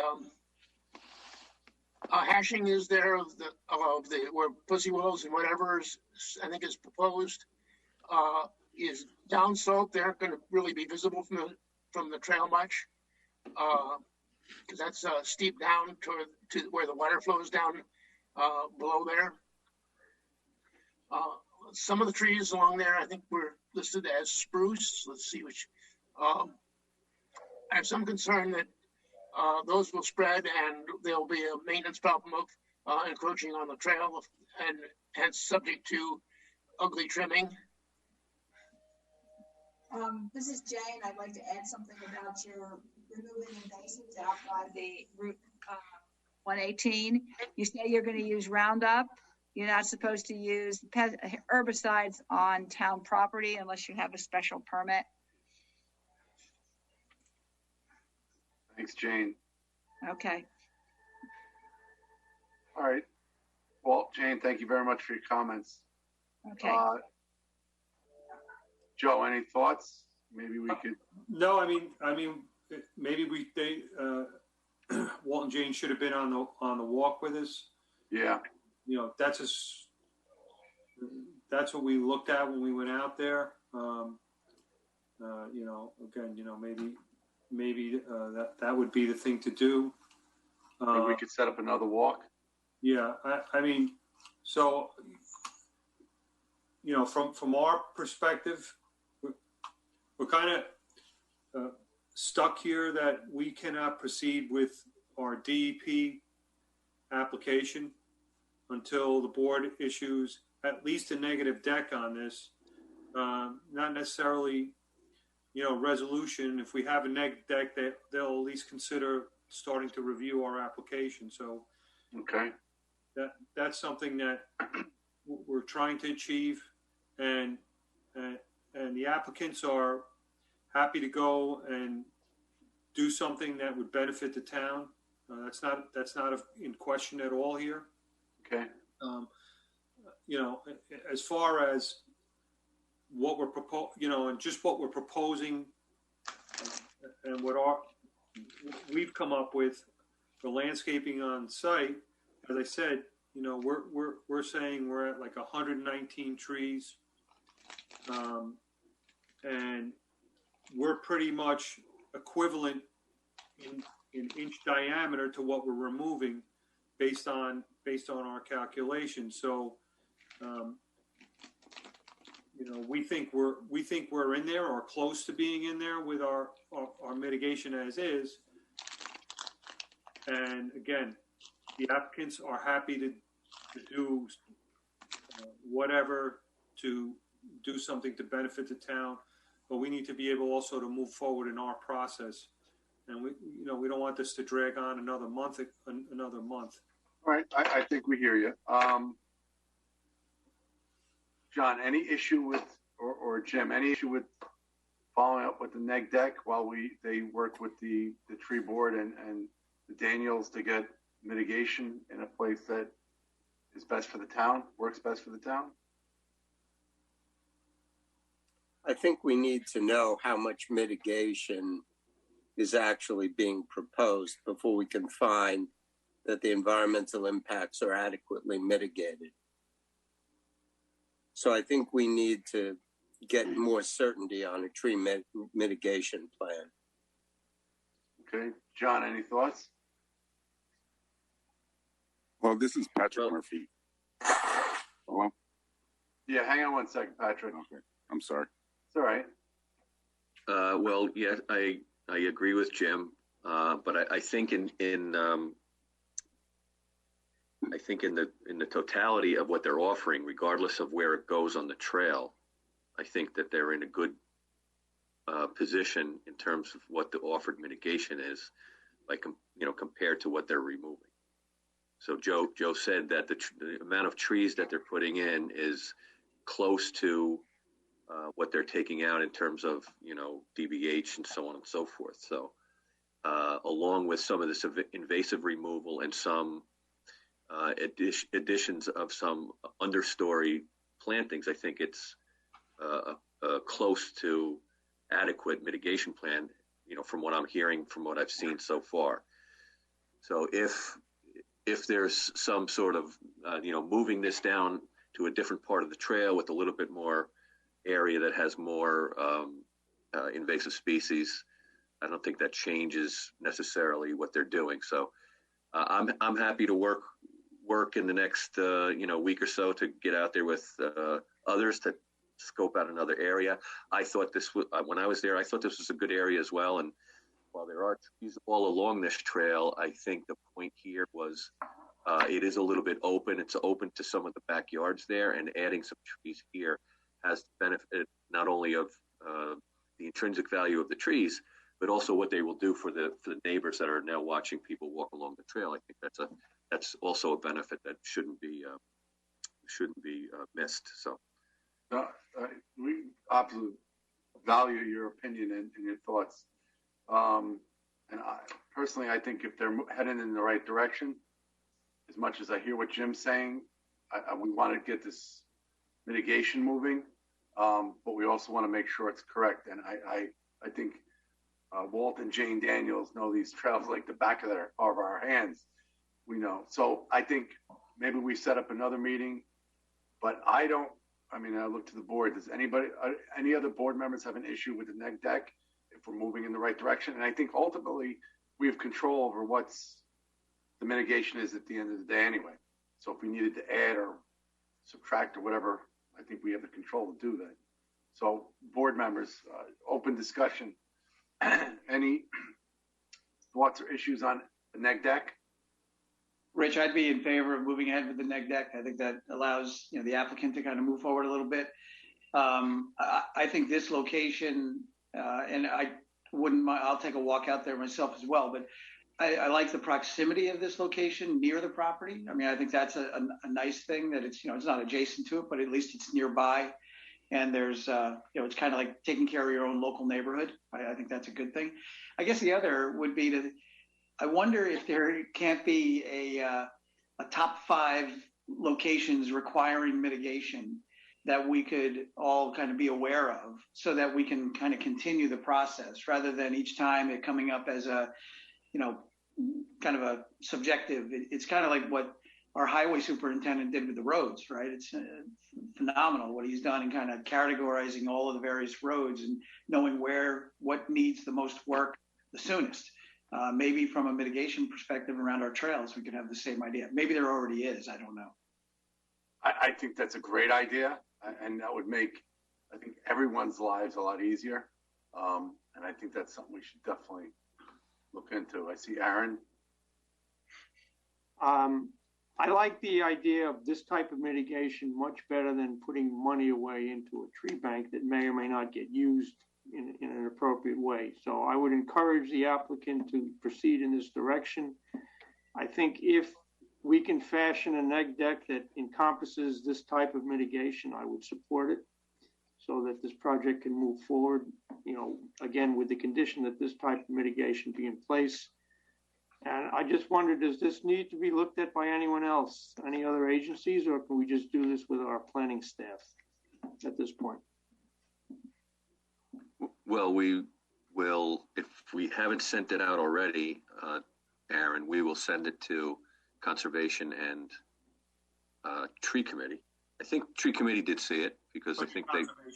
Yeah, yeah. So and Conservation too, right? Yeah. So I think we're done. We're complete on that regard. So okay, good. But to both Jim, of those commented. Yeah. Yeah. To Jim's point, I think in terms of the neg deck, I think we would need to craft one up with some of the data points in terms of the mitigation on it. So I think it's a 2 weeks from now, actually, unfortunately, Joe. Okay. It's not a month. Patrick, did you have something you wanted to add? No, I was just voicing my concern just about, you know, I thought theoretically we were almost, you know, inch for inch on the trees. And I'm willing to, you know, do whatever, you know, to help the town overall. But I just don't want it to drag on another month. You know what I mean?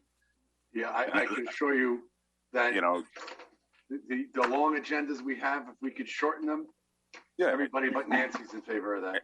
And I think Rob had a great idea. Just whether it's me or the next applicant, there should, you know, the people on the conservation board should have a list of, you know, here are the top 10, you know, here are the top, you know, areas that need to be addressed. If people have X amount of dollars that they need to do, if they have Y dollars, they go to these 10. Yeah, no, I think that's a great idea. It just expedites this whole thing for the applicant by months. Yep. No, I would agree with that. Well, I appreciate everybody's time. That's all. Thank you, Patrick. So really, if we're talking about another 2 weeks, you know, at that point, maybe we can even get to the point where we can, you know, we can be at the point of a resolution in 2 weeks. We can get all this ironed out within those next 2 weeks. So, Joe, can you work with John, maybe the Daniels, and get a team together to go look at this so that we could come up with a resolution on it? Yes. Okay. Okay. So just so we're clear, you're looking for a resolution on a site plan, neg deck, and a special permit, correct? No, we don't need a special permit, just to neg deck and resolution of site plan approval. Okay. All right. I mean, so one of the points brought up in, I forget which memo, and it may have been the TCAC memo, was is there any special permission necessary or to do this work within, within town lands, or how does that all work? How does that get done so that, we're not doing anything that we're not supposed to? Permit within a permit, I think. Well, it's provided in the tree law to be able to do it on town lands or other public lands. Okay. So I think. So it's covered there. Yeah. I believe it's covered there. The only thing I could think is that it's acknowledged and accepted by the town board, but I don't know that that's a requirement. Okay. All right. So we have a plan moving forward. Anybody else from the board want to add anything? All right, Joe. So we got a plan moving forward. Sounds good. Thank you, everybody. Okay. Thanks very much. Thank you. All right. Good night. Good night, Joe. Okay. Next on the agenda is a Mongero site plan. This is a discussion of approval of conditions. Location is 44 Sawmill River Road. Contact is Mr. Michael Grace. Good evening, everyone. How are you? Good. How you doing? Good, thanks. This is preliminarily. I wanted to talk to the board. Yeah, this is a parcel that had been approved as a site plan, I believe, and I'm not too sure whether it's been renewed. Well, it might have been at this point expired, but I'll have to double check. The parcel of land is what would be the extension of Downing Drive across 118. Michael, do you want to share your screen? You know what? I don't have it on this computer, so I can't this evening. I would love to, but I haven't. I'm not set up this evening to do it. Maybe Robin, could you pull up what he's talking about? Well, I can. We extended this last October for a year. Okay. All right. I wasn't sure what the status was. The issue is that it's by Falkenberg's property, which is the corner where the Cablevision. Oh, there you go. Thank you so much. Is that Robin? Yeah, this is where we were just talking about. Yep. Thank you so much. I appreciate it. So this was the approved site plan, and as you can see, it was approved for a 3,800 square foot bank, I believe, which was under contract for whatever reason. That did not go forward. I don't know why, but I believe it was a Commerce Bank, and it was 3,845 square foot building. Part of the conditions of approval was to put a traffic signal at the intersection of 118 and Downing. And I guess also to do the extension of Downing Drive to town specs, which was anticipation of the town possibly developing the right-of-way that would connect to Route 202 so that the right-hand turns off of 202 could funnel down through that right-of-way and onto the extension of Downing Street. The town eventually, I guess, has not gone through with that because I don't think it has a wherewithal to do it. It's looking for third parties to do it, and nobody has come forward at this point. I don't see anybody coming forward in the future to do it. And that's when the prior highway superintendent, Eric DiBartolo, put in the right-hand turning lane off of 202 to go onto 118. That seems to have ameliorated a lot of the problems for right-hand turn, for traffic looking to go south on 118 from 202. the issue is that the traffic light, especially at this particular intersection, is very expensive. As Route 118 is a state right-of-way. And it's actually a very wide right-of-way. The expense of a traffic light is probably somewhere $350,000, $400,000, and in effect has sterilized the development of the property.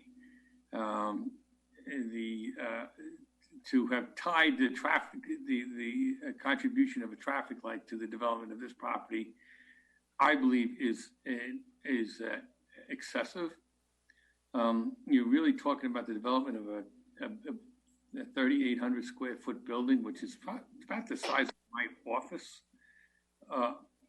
across from Town Hall. I mean, it's 3,800 square foot building is relatively small. And it's a single user, and all that the property to be effectively and safely used only needs a driveway, and certainly would not require a traffic signal at the expense of the property owner to develop that site. I think it's just completely and utterly excessive, and so does everybody that's looking to purchase it. It's killed every deal. So they can't get, they cannot sell it with that expense and as a condition of approval, because it's almost the expense of building the building itself, quite frankly. I don't know what the thought was initially as to why a traffic light was sought there. You're talking about the square footage of one single store in Yorktown Green, or a single store over by the Turco Shopping Center. To have that property burden with this condition, it seems to be extremely excessive. So we're asking that the board reconsider it and remove that. I think in the future, if the board really is looking, the town is really looking for a traffic light there. Maybe the redevelopment of Yorktown Green warrants it, but you'd have to have at least a development of that size to warrant this type of a mitigation. It's not warranted for what's going to be traffic out of a 3,800 square foot building.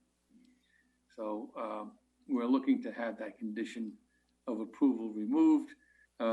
So there may be a possibility that the site could actually be developed for use. Members of the board, have any thoughts? Yes. Obviously, this was put in as a result of whatever analysis was done in approving this site plan. And I don't know what factors went into that decision, and I'd like to know what those were before moving forward to consider removing this condition. I mean, it's really the same analysis has to be done in reverse. As if we remove it, why was it put there in the first place? I don't think we can just do it because of the economic factors, attendant to this site. Well, it's Aaron, stranger to how these things get done. I mean, it's basically somebody's wish list, and it ended up getting thrown in, and probably the applicant conceded in trying to move the application ahead. It can't possibly be warranted on the size of the building. It makes absolutely no sense. So I got to tell you, John Flynn, who was a former member, longstanding member of the board, put in the chat area that at the time this application was approved by the planning board, the applicant pitched the traffic light construction as one of the reasons for approving the plan. The applicant claimed further that the board would be responsible for, it goes into, you could read it yourself, about children if no light was installed. And anyway, so it looks like it could have been pitched by the applicant as a way to get this looked at. I think I'm sure. Yeah. We've all been down this road how many times in the give and take and trying to get these things approved. I will go through it. I just want to make Yeah,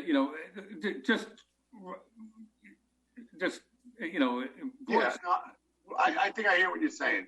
So you brought this to us I think on our end, not to cut you off. Yeah, no. But I think we need to go back and look at the history here. Maybe John, Robin, we can pull up the old records and take a look at what was behind this. You've got changes in uses in this area already because of the trail crossing, and I know there was discussion about putting some sort of a control over there. And Aaron, I do believe that when the traffic, and John Teger, you might remember better, I do remember the traffic consultant said that was actually too close to the intersection at 202-35 that would back the traffic up into that area.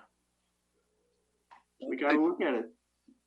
I just want, you know, we have a full file on it, and I'll supply you with, I believe we have the warrant report, and we have the traffic engineer's package drawings, construction drawings. So we'll provide you with as much as we can. Okay. It's a fairly big file. My recollection, you know, part of the reason that it went forward was the applicant was a bank, and at the time it was different economics. Yes, banks seem to have no problem spending money. But also, I also, sorry, Mike. Yeah. Also, there was, you know, the safety issue, not just of pedestrians or anything, but also of moving, you know, this three-way intersection becoming a four-way intersection, and how does Commerce Bank or any other user of this building, whatever it is, move out of that site without some type of traffic control? I think that was really the genesis in my recollection. Go ahead. No, look, if you had, I can see if you had some type of substantial development dumping on into that intersection from the site north of, you know, or what is it? I guess west of 118, but it's 3,800 square feet. It really amounts to a store. And you couldn't generate enough traffic out of there to make any impact on that standing alone. But look at how this site used to operate. When Cablevision was in there, in order for you to get out, you had to loop all the way around, and everybody was exiting onto 202, where the traffic was backing up from the intersection of 118. So it may be for that whole area to have a better circulation of coming out onto Downing instead of onto 202. I mean, it's something we may want to look at. Right, but then you're going to, and that may make sense, but I don't think even the town is willing to make the investment in improving the right of way, which is along Falkenberg's property, because I'm not sure you need to connect it all the way across, but you've got a possibility of exiting traffic into that corner, you know, away from the corner, even just from everything on the site there. Right, but it's not, you're for having this site bear the burden of all of that. If you're giving him 38,000 square feet instead of 3,800 square feet, you say maybe there's some proportionality in the condition that based upon what's being approved. You have to basically have an improvement that's costing more than the site is worth. Yeah. Right. So, not to belabor the issue, I saw that Walt Daniels also said that the trailway wasn't there at the time either. So, Michael, why don't you give us the opportunity for John and his department, Robin, to go dig up the records so we can get really a sense of what was going on at the time, because, you know, I think that's important, and then we'll follow up at one of the following meetings. If that right. All right? Yes, absolutely, because I think that the other alternative would just to be do a whole new site plan. All right, well, give us the opportunity to dig up the records so that everybody can see it. I appreciate it. Could I ask a question? Mike, when was this encompass put on the property? This goes back quite a few years. This was, I'm trying to look at the date here. Oh, God. There's a voluminous file, as John suggested. It was in before the board for a number of years. It started out as Webster Bank, and when the downturn came Webster bailed, Commerce came in, I think, and things changed around there. So yeah, so 2010, but it was in probably before the board from somewhere in the neighborhood of 2007, 2006, something like that. Well, certainly conditions have changed since then. I don't know if we should. You know what? I mean, the argument now would be that the conditions, maybe traffic issues are more severe than they were back then. My feeling is that if you had a bank that was willing to spend the money, that's fine. But to impose it as a condition and burden the property with this particular piece of property with 3,800 square feet of development, is excessive. I mean, if they were redeveloping, Kmart's out. The food emporiums out. You have a very limited traffic. But if that site's going to be redeveloped, at that point, I would say that would be a proportional condition of approval if you're redoing that whole Yorktown Green site. But this is akin to one store. I mean, this is the size of Das Auto or something. Well, and I also think there is proposed development in that area. And I think this board has always looked at things more holistically. So again, we got a long agenda. Yeah, all right, no problem. Let's dig up the background, and we'll absolutely get back to everybody so that we're well informed. Okay. All right. Excellent. Thank you, sir. I'm noticing the next one anyhow. We have one current supervisor on right now and 3 former. I see Susan, Grace, and Bach. Anyway, a little trivia. Okay. You're becoming a historian, Rich. Manjero was on our agenda 30 years ago. Yeah. All right, guys. Thank you, Michael. Yeah, no problem. All right, next on the agenda, we have a town board referral. Location is 1760 Wiley Road. None other than Michael Grace. Yeah, hopefully this one's a little simpler than the last. This is and I share a screen too, but again, I don't have the technology on this computer. I'm not. I know, Rich, you're a big fan of these Zoom meetings. I can't stand them, but anyhow, they've got your screen up. This is an 11,000 square foot lot on Wiley Road. Wiley Road is a little spur that used to connect very proximate to the intersection of Lexington Avenue and Route 6.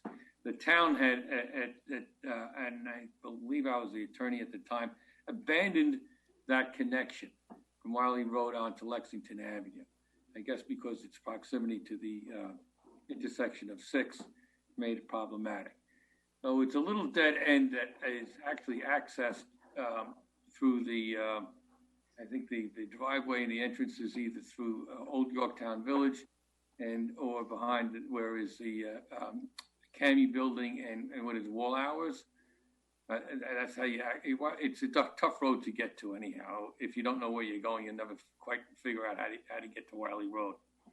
Anyhow, this is a parcel, and my understanding is that it was originally within the R110 zone, which required a minimum lot size of 10,000 square feet.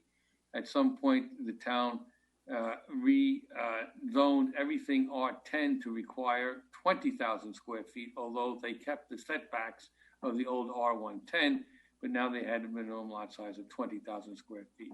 This is a leftover R110 lot that then went, for some reason, to a commercial designation, and I haven't quite figured out why that happened.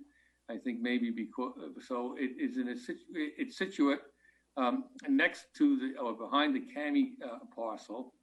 It's a commercial piece that does not front on Route 6, but fronts on Wiley Road, so which doesn't make a lot of sense. I think there was an attempt to put it back to a residential designation, but resisted by the owner of the property for some reason.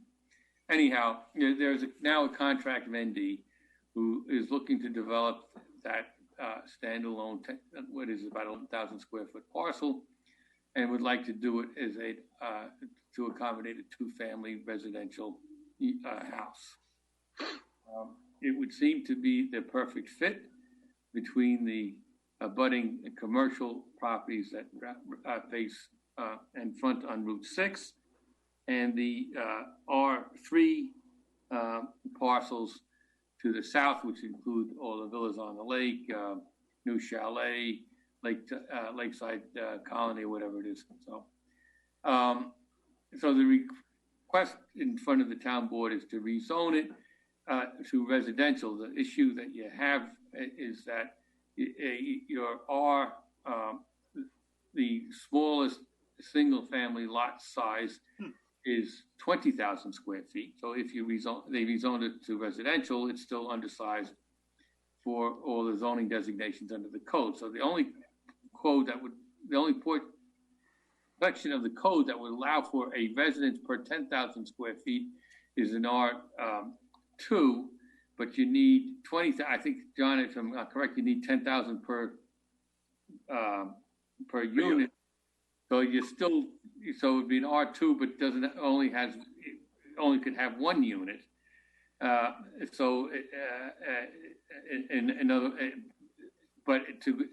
to go to R3 is really looking for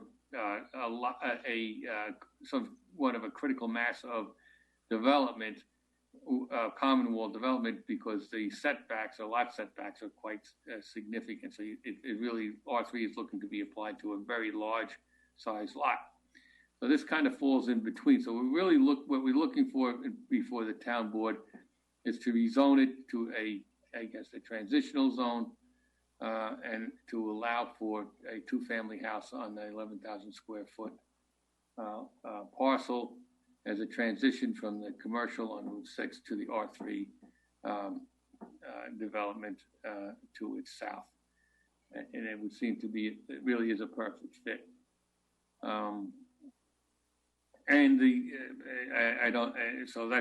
We would be looking for your board to recommend likewise. What's next to it, Mike? CAMI. I think it's the CAMI is, if you're looking at it from Route 6 to the left would be the CAMI, I believe is the CAMI building. And so you have wall hours, CAMI, all that, that's all in front of it. It's all C2. And to the south of it's all R3. And then there is several lots that are still on the R110. So it's got full services. Yeah, we have sewer, water, the whole nine yards. Yeah. I have no problem with. I would recommend it. Thank you. Anybody else have any issues?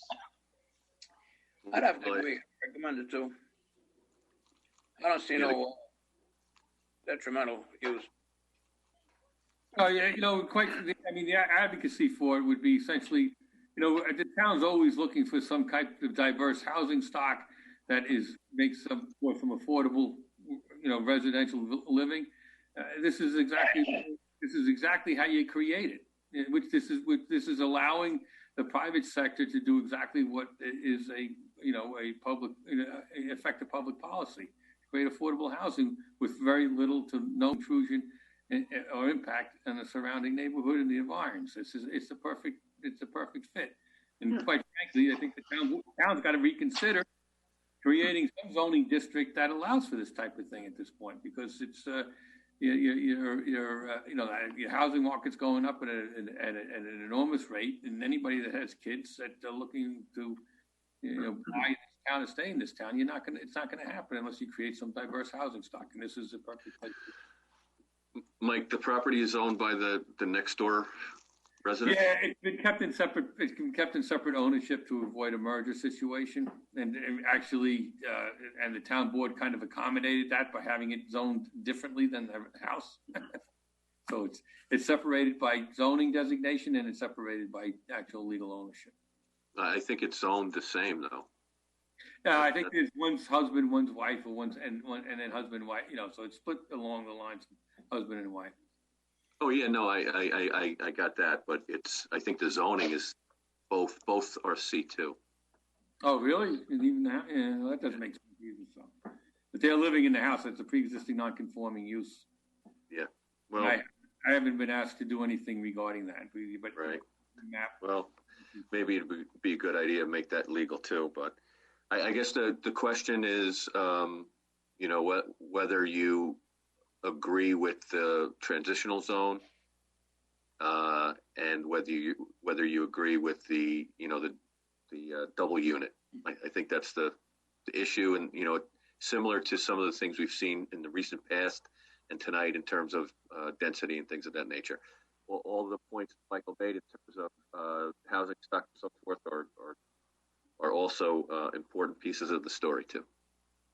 Michael, this would be whether it's rental or whatever, it'd be market rate though, right? Yeah, it will be, but by its very nature, it's not going to demand a lot of rent.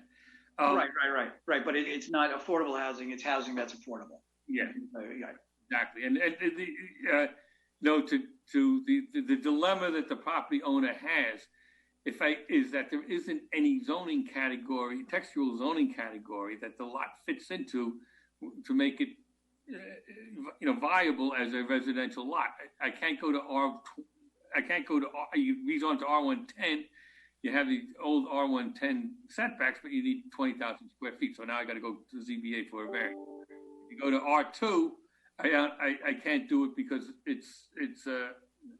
I don't have 20,000 square feet to make it. I'm every which way I go, I'm boxed in somewhere along the line by the textual language of the code, and when you look at it, you say, well, gee, this makes a lot of sense. So how do you make it? How do you solve the problem? You do it by a transitional zone, which makes, that's why it's on the books. Isn't that the most flexible way to go here? Yeah, it's all you're doing is you're creating a residence, what is akin to a single family residence in outward appearance on an R1 on what would be the old R110, which becomes a two family. I think it should be a no. All right. Anybody on the board have any issues with what's been discussed? No, let's issue a memo back to the town board recommending the change. Okay. I don't see adverse planning issues here. All right. Anybody in opposition to that? No. Okay. Thank you very much, gentlemen. Get a good get home early. We're getting there. All right, Michael. I'll talk to you soon. But next time I'll have my technical shit working. Okay, next on the agenda, we have another town board referral. This is for the Jefferson Valley Mall outdoor patio. I think we all know the location, but it's 650 Lee Boulevard, and we're looking for Anthony Simini. Actually, if I may, this is Stephen Harris. I'd like to speak on behalf of Washington Prime. Absolutely. I'm at 180 North Broad Street in Columbus, Ohio. Appreciate you all hearing us today. If I can see if I can figure out how to do sharing, but I'm restricted at this point to do that. Well, here we go. Just a moment. Again, to the power of Zoom. There's the power of Zoom. Is everyone able to You're see in this? Ohio, and we're at the same meeting. Exactly. So again, it's good to see you all. John, it's good to see you as well. I know that everyone's familiar with this project or with the property. We're doing something fairly straightforward. Hopefully it won't be too terribly difficult to go through this. This is just a few pictures and orientation plans, what we're proposing to do. Our Peekskill group, who has opened a bar and restaurant in this location next to our main entrance, is looking to do something pretty special, add some outdoor seating and quality outdoor space. And it's had some complexities that we've worked through with the city and our architect dealing with exiting and whatnot. But basically, the concept is that we're going to knock this wall down. You're able to see my mouse turning, hopefully. Yep. This wall here, right now, it screens out a dumpster area. We have moved that compactor. It's now in another truck dock. It's been moved from some time ago. So the screen wall has no utility anymore. And if we could remove it, we could open up this entire space right next to our front door to make it a very special place. So this is kind of another view of it. You're now standing in front of the mall doors, looking back at these same two walls. This door goes into the dumpster area. It's no longer need. Presently, this is their outdoor space. This plan kind of shows what's happening here. This big thick wall here is this wall. So the idea is we'll take this thing down. This is another view of it. This is now looking into the dock. The gates are left open so you can see this wall would come down. And this wall that's here today, this screen wall, this masonry wall, would be simply extended along this edge to this wall surface here. This is a dock, so it's depressed. So this wall would simply be on the top of the retaining wall that's there today. It's a very simple concept, but once we get this brought back in here, this entire area now is captured. If I go back one page, now all of this area is in this patio. You can see the utility of it now, and we can extend quite a bit and activate this space. This is another view of it today. You can see the fencing is along here. This is meant to screen. We're going to extend that screening. It screens visibility as well as defines an exit route that we need to have for exiting the mall. I believe what you have received in your package is this plan.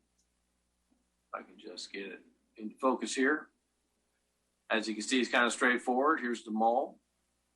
And as you come out, this is the proposed retaining wall I mentioned that defines the truck dock. And this entire quadrant now becomes the activation space plus the existing area. Very straightforward project. We've worked out all our ADA access. There's a landscape area in the front. We feel this will be a compelling addition to the mall, and we seek your support. Okay, thank you. Any comments from the board? What's between the new area and the roadway, the driveway area? Is there any separation besides landscaping? I can't quite see it. In this quadrant? Yes. This is a landscaped area that's been proposed. And we have, this is an access ramp for ADA access both here and here. So this is the definition between the two. Any curbing, any elevation changes in there, or is it all level? This is existing curb is along here today. It defines the road that goes around it. So this is some newly proposed curb work to define space better. Thank you.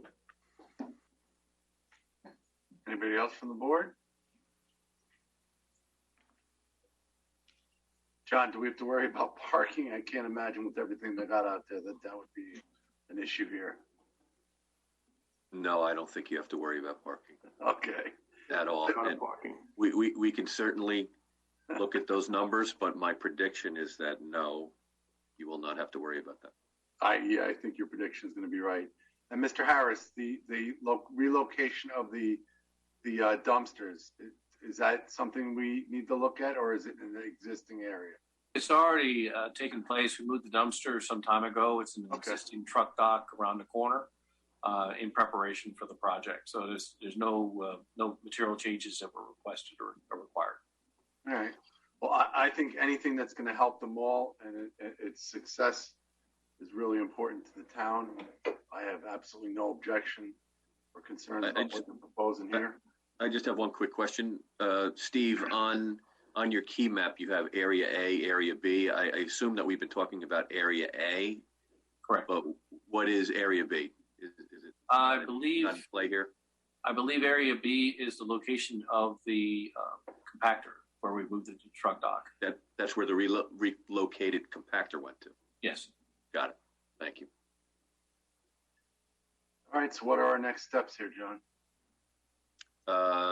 Formulate a memo back to the town board. Okay. Are you all right with that, Mr. Harris? I am. I appreciate your support of the project and continuing support of the mall. Okay. Anybody else have any issues, concerns? Okay. Well, thank you, and you have a good night. Thank you as well. Take care. Good luck with the project. Mm-hmm.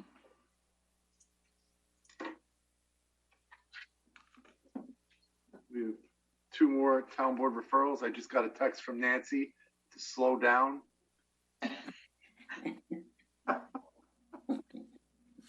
Well, the next is a town board referral. This is for an amendment to chapter 300-81.4 solar energy. John, you want to talk about this? Or is it? I can, if Robin doesn't want to, because actually this is Robin's, she's point on this. So we're changing our local law from 20 to 25 as the threshold was between a small scale and a large scale solar installation to match NYSERDA's model. And that's for purposes of the unified solar application, right? Well, that's correct. If we want to go ahead and use the unified solar application, the threshold is 25. And that helps us get points in Climate smart communities and the clean energy communities. Right. Excellent. So this sounds like a no-brainer. Seems so. Any thoughts or objections from the board? Comments? No planning issues. I don't see any. No, I think this is probably a very good thing. Yeah. They're coming fast and furious. Anyone else? All good. All right, so another member to the board. Perfect. Okay, and then last but not least, town board referral, proposed Halleck's Mill Sewer District Extension Phase 1. I see Dan opened up. Well, I guess this is finally coming to fruition. The petitions were wrapped up the end of 2019, so we're actually now doing we're trying to finalize the stuff with the county and their contribution. And where we are is we're getting ready to have the hearing to establish the sewer district. And as part of that process, we have to do a coordinated seeker review. So we're referring it out to all potential agencies that have an interest in it, and it's before you this evening because you should be an interested party to what we're up to.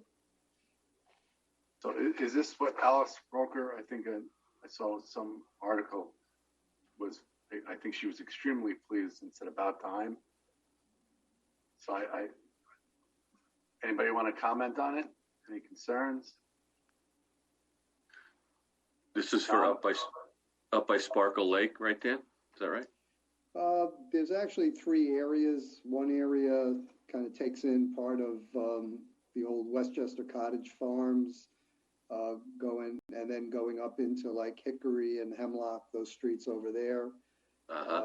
There's the other area in Sparkle Lake, all the streets that have tree names, Ash, Cherry, that corner back there. And then you have Sunrise Street. So those are the 3 areas that are within this application.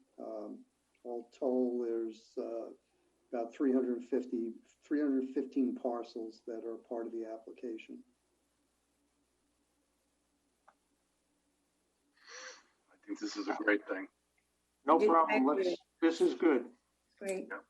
It's a long time in coming, too. Get it into our seeker record that you'll love it. It's a great thing. Sewers are good. All right, so we'll get another memo. Yeah. And then I know we had site walks this past weekend, and I think we got a bunch coming up. I know Robin was trying to schedule the ones for the solar. So at some point, Robin, you want to get a memo out or an email chain setting something up, or how do you want to work that? Right, we have to go to Arcadia, Kitchewan Farm, and tonight you want to go to Grishage, right? Was there another one? Nadine's. Oh, and Nadine's, yes. Well, Nadine's, we have to schedule Nadine's like in the late afternoon when they're open. Sunny and 80. Yes. All right, so we got to get that worked out. Past that, I think that's it. I have a question. Joel, the engineer, was he ever employed by the town? Was he a town engineer at one time? He's an architect. Joe Well, Greenberg. he has worked as a consulting planner. I think he used to do Putt Valley. No, I mean, was he ever working for the town? Because I seem to Oh, remember county- the sewer system. He came and inspected it and, No, he's not an engineer. He's an architect. okay, sorry. But, Nope, yeah, that's fine. To my knowledge, he's never worked for the town directly. Okay. All right, so if there's nothing else, do I have a motion to close the meeting? Motion. Is there a second? All those in favor? Aye. Aye. Thank you all. I thought this was gonna be 11:30. This was a long agenda. Well done, Rick.